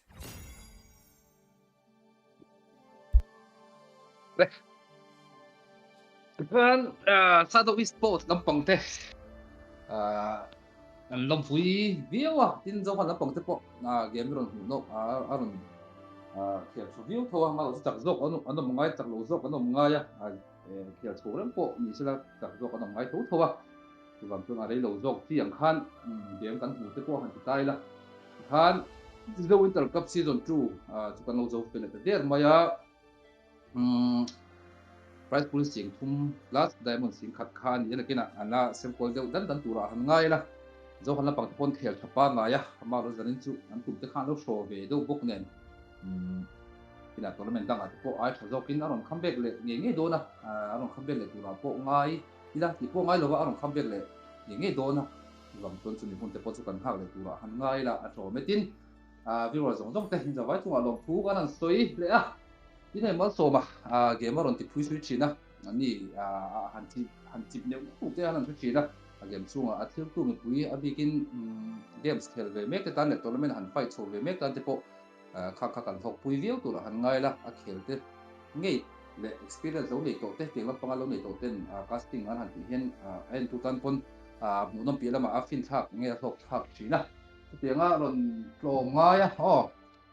chỉ có mất số mà chung ở phố lòng tu quan phải ta phải làm ngoro mà ta mất số mà hàng trong lệ phất tệ tiếng nghe soi tura mình do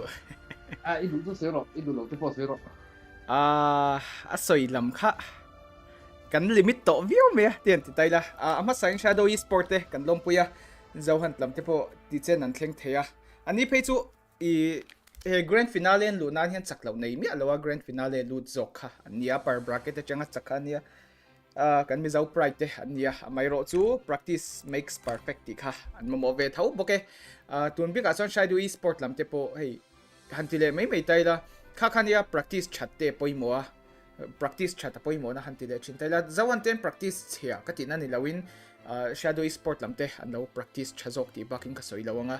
khami bi ka khan shadow sport lamte changin an communication kha cha game rei khan ngam em ani game rei khan hey engamoni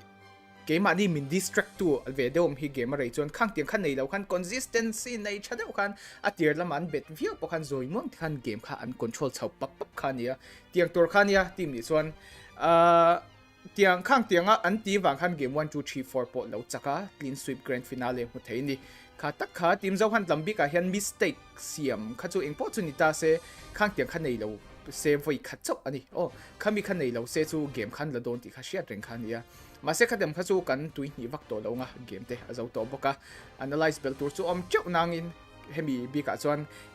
insoi pornan ti zok taila hanin zil haute hanin zil hau hi ngai thak tan nom shan lo kan ti loma chu wang chuan tu na kau soi du chu hei kan mong hian shadow esport anga te poin nakina hian player te pon la recruit bel du do na chung tiang vek in SATL te India lam organization lian kan India organization lian hi kan shet lo takin khovel pum shiat an ni tu na hian khovel puma players chati tiang chi te po recruit pop pop theitor khopa mi hausa an nia khang tiang hawanga te khan join theina chance ton hai noma mi zau tan chance som lo ti te eng ma om lo tribal lam pheso ke ma ni hau hi kan advantage nei chu tax vel ne ne wa hian fit choi ngai ang chi kan nei tlem bi ka ke ma ni ang hau hi kan ti chat pe phot chon min du hlei hlia I sarkar na hian min dei don lawa ka va soi chave kha chu sarkar na hian min dei don lawa esport lama hian a khel thiam chi kan ni chuan tianga han grind char char te kha kalau soi war ve do ti chuan esport world championship India in to na slot kan nei ve to nakina comment section lama khan pim khuru khami kha min khai esport world championship a free fire player te BGMI te an vadu sak ve ngatinge ML content creator te ho an lang lo ti kha zona om thein ta kha I perspective khat chawain clear chin wang an clear wang te lo ni theita mi zawa chon tianga lo rak bak bak ka kalam lo boka khami bika kan thir thiam tora ka du chu free fire te BGMI lam te ho chu esport content creator lian ani to esport akhan ML chau free fire te BGMI chau khoi lo PC games te an khoi chawa khang tianga wanga mina notice ani mei baka ni phei chu sum tam tak anuaya pon nuai som chuang de seng ania chu wang chuan ambassador ni te khang tiang spot nei te kha an phu e ben ni khatilaya hei POV dang shelawa lo rak chiam kha kan lo omang ti ka lo wang nakina Esports World Championship te po kha lo cover chhaute om do na khang tiang huna khan comment section a khan kan mi zo pui khang tiang perspective thirna tlang khat chawa lo clear ang chi kan om ka lo wang kha in awareness ang de ule thil ni na kal phung shim shiat nang ka lo soi ni eng po chuni se avan nuam ve pu Henry bang to he mi to ho sam pang ta tak phi chona ha dam thak best of 7 han sen em lo kama lo su kan be sei ai chuan anon thei deuh chu kan ringa viewer sam pang po tam zok te chuan Zohunt tran pho mai la sa do Esports lampang kan tournament lo en chho rei chuan sa do lampang kha chu an chak chu kan ring deuh furin kan ringa Zohunt tran pho mai la hei a chak tur zok anga kha chuan sa do lampang chu kan ring deuh fur ka rega amba lo chu game ange game best of 7 match lu vel ta chu kan mu ge pon ka lo ring deuh mai mai ma lo chu pon ni chela game ani kha tak kha reality show pui tak ani zer alan tira en tu lampang te pawh kan tang viau da rin oma hei in khel kan ena kan team tan jok ten chak lo kan ni deuh pul ang khan enge mo tok chu kan om do ti kha chu chiang ang mai kha tak kha ati thu tu ni tournament ti thu tu ni bang to tournament le pek zela hema som te pon siam do na tin ke mani te pon kan dama pathian le mati ne chon tu kumin na na chu tiam thong deuh tu kan tum do na men bak te chu hei kum lam pai min next sok ve tan to do na chu bang chuan kumin na na chu kan live stream mo ke mani khel lo hei ma som te khel lo te po tournament om chon hani support thai la view te that hian en tu tan te stream tu tan te pon om ve kan en man lo chu bang chuan mi nga mi som ti te ka la ka vai view ton sak zeu zeu chi te kha ma in hani ti pu tai la kan community lo lian zel sila ti in game big chu kan han ti top don nga chuan nga top man tak tak Zohunt Cup season 2 hi season 3 hi lom lenge mo shelo kumin kum top lama tournament he tura kan nei deuh hi inter college hi tournament kum tina dam chu siam kan tum ve deuh tournament he deuh kan nei deuh deuh chu nia inter college te hemi winter kum top lam panga ve khat vel aba ki chu aba ruak a thalau tho dana zir zer khan nia a price pool taka hi a boi chak thina hei mizo chu tiang lama hian investment kan private ti te kan emo hemi business lampang hian an langam chialo deuh thina lian tham phe chu kan chu wang chuan price pool te sang view thelo tin tournament ko siam dung dung thelo dewa chu wang chu tiang lampanga nge sponsor han ti thei chi te mo hek tiang lampanga han long chok thei kan mani chuan tun lai hi alon so hun lai taka nia ke mani khel lo te po tournament dang han sponsor o mang chi te pe ka chu in tha sung lo tai la ti kha kan soi le du a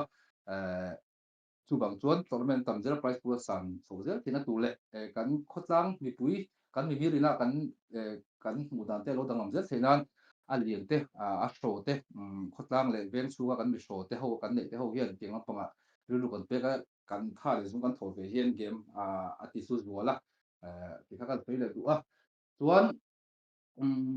ma so ma top na no tu ka soi du a hani hi kan pak china phật cái là cái bộ mình long ai mấy thì anh hi long mong em hi một ba ở đồng số tiền khăn thì bộ tổng là mình ăn hơi hot số về tiền cái tiền số đủ na in hay taxi in mo in phải xin cái ông đủ ngay rồi phát tiền đâu khăn thì tiền số cái hàng tiền số đủ đâu bà bác anh thì bây giờ cái tụ lộc vào cho cái gì el bộ cái el phạc lộc anh cho cái thì khác cái tiền số đủ đâu chắc là tiền số đủ hàng tí là đằng con tiền thâu là chung in cái nó tiền thâu đôi như tiền chúng là xì khăn cái tiền thâu lại thì chỉ là cái tổ pa kan han ti deuh thuta aman ron sin sual zoka ani tak pe chu ha zai rang po hi kai ta chung ve thina aman man hun ron soi lo pe chon chu wang chuan mal so ma chunga po big tak lo thu kan soi tak mek we watin dore thon pe tu te member ron ni tu te le member ron vor te khang tang tang super ta ti te ron pe tu te zong zong to a lo thu kan soya he te hin kina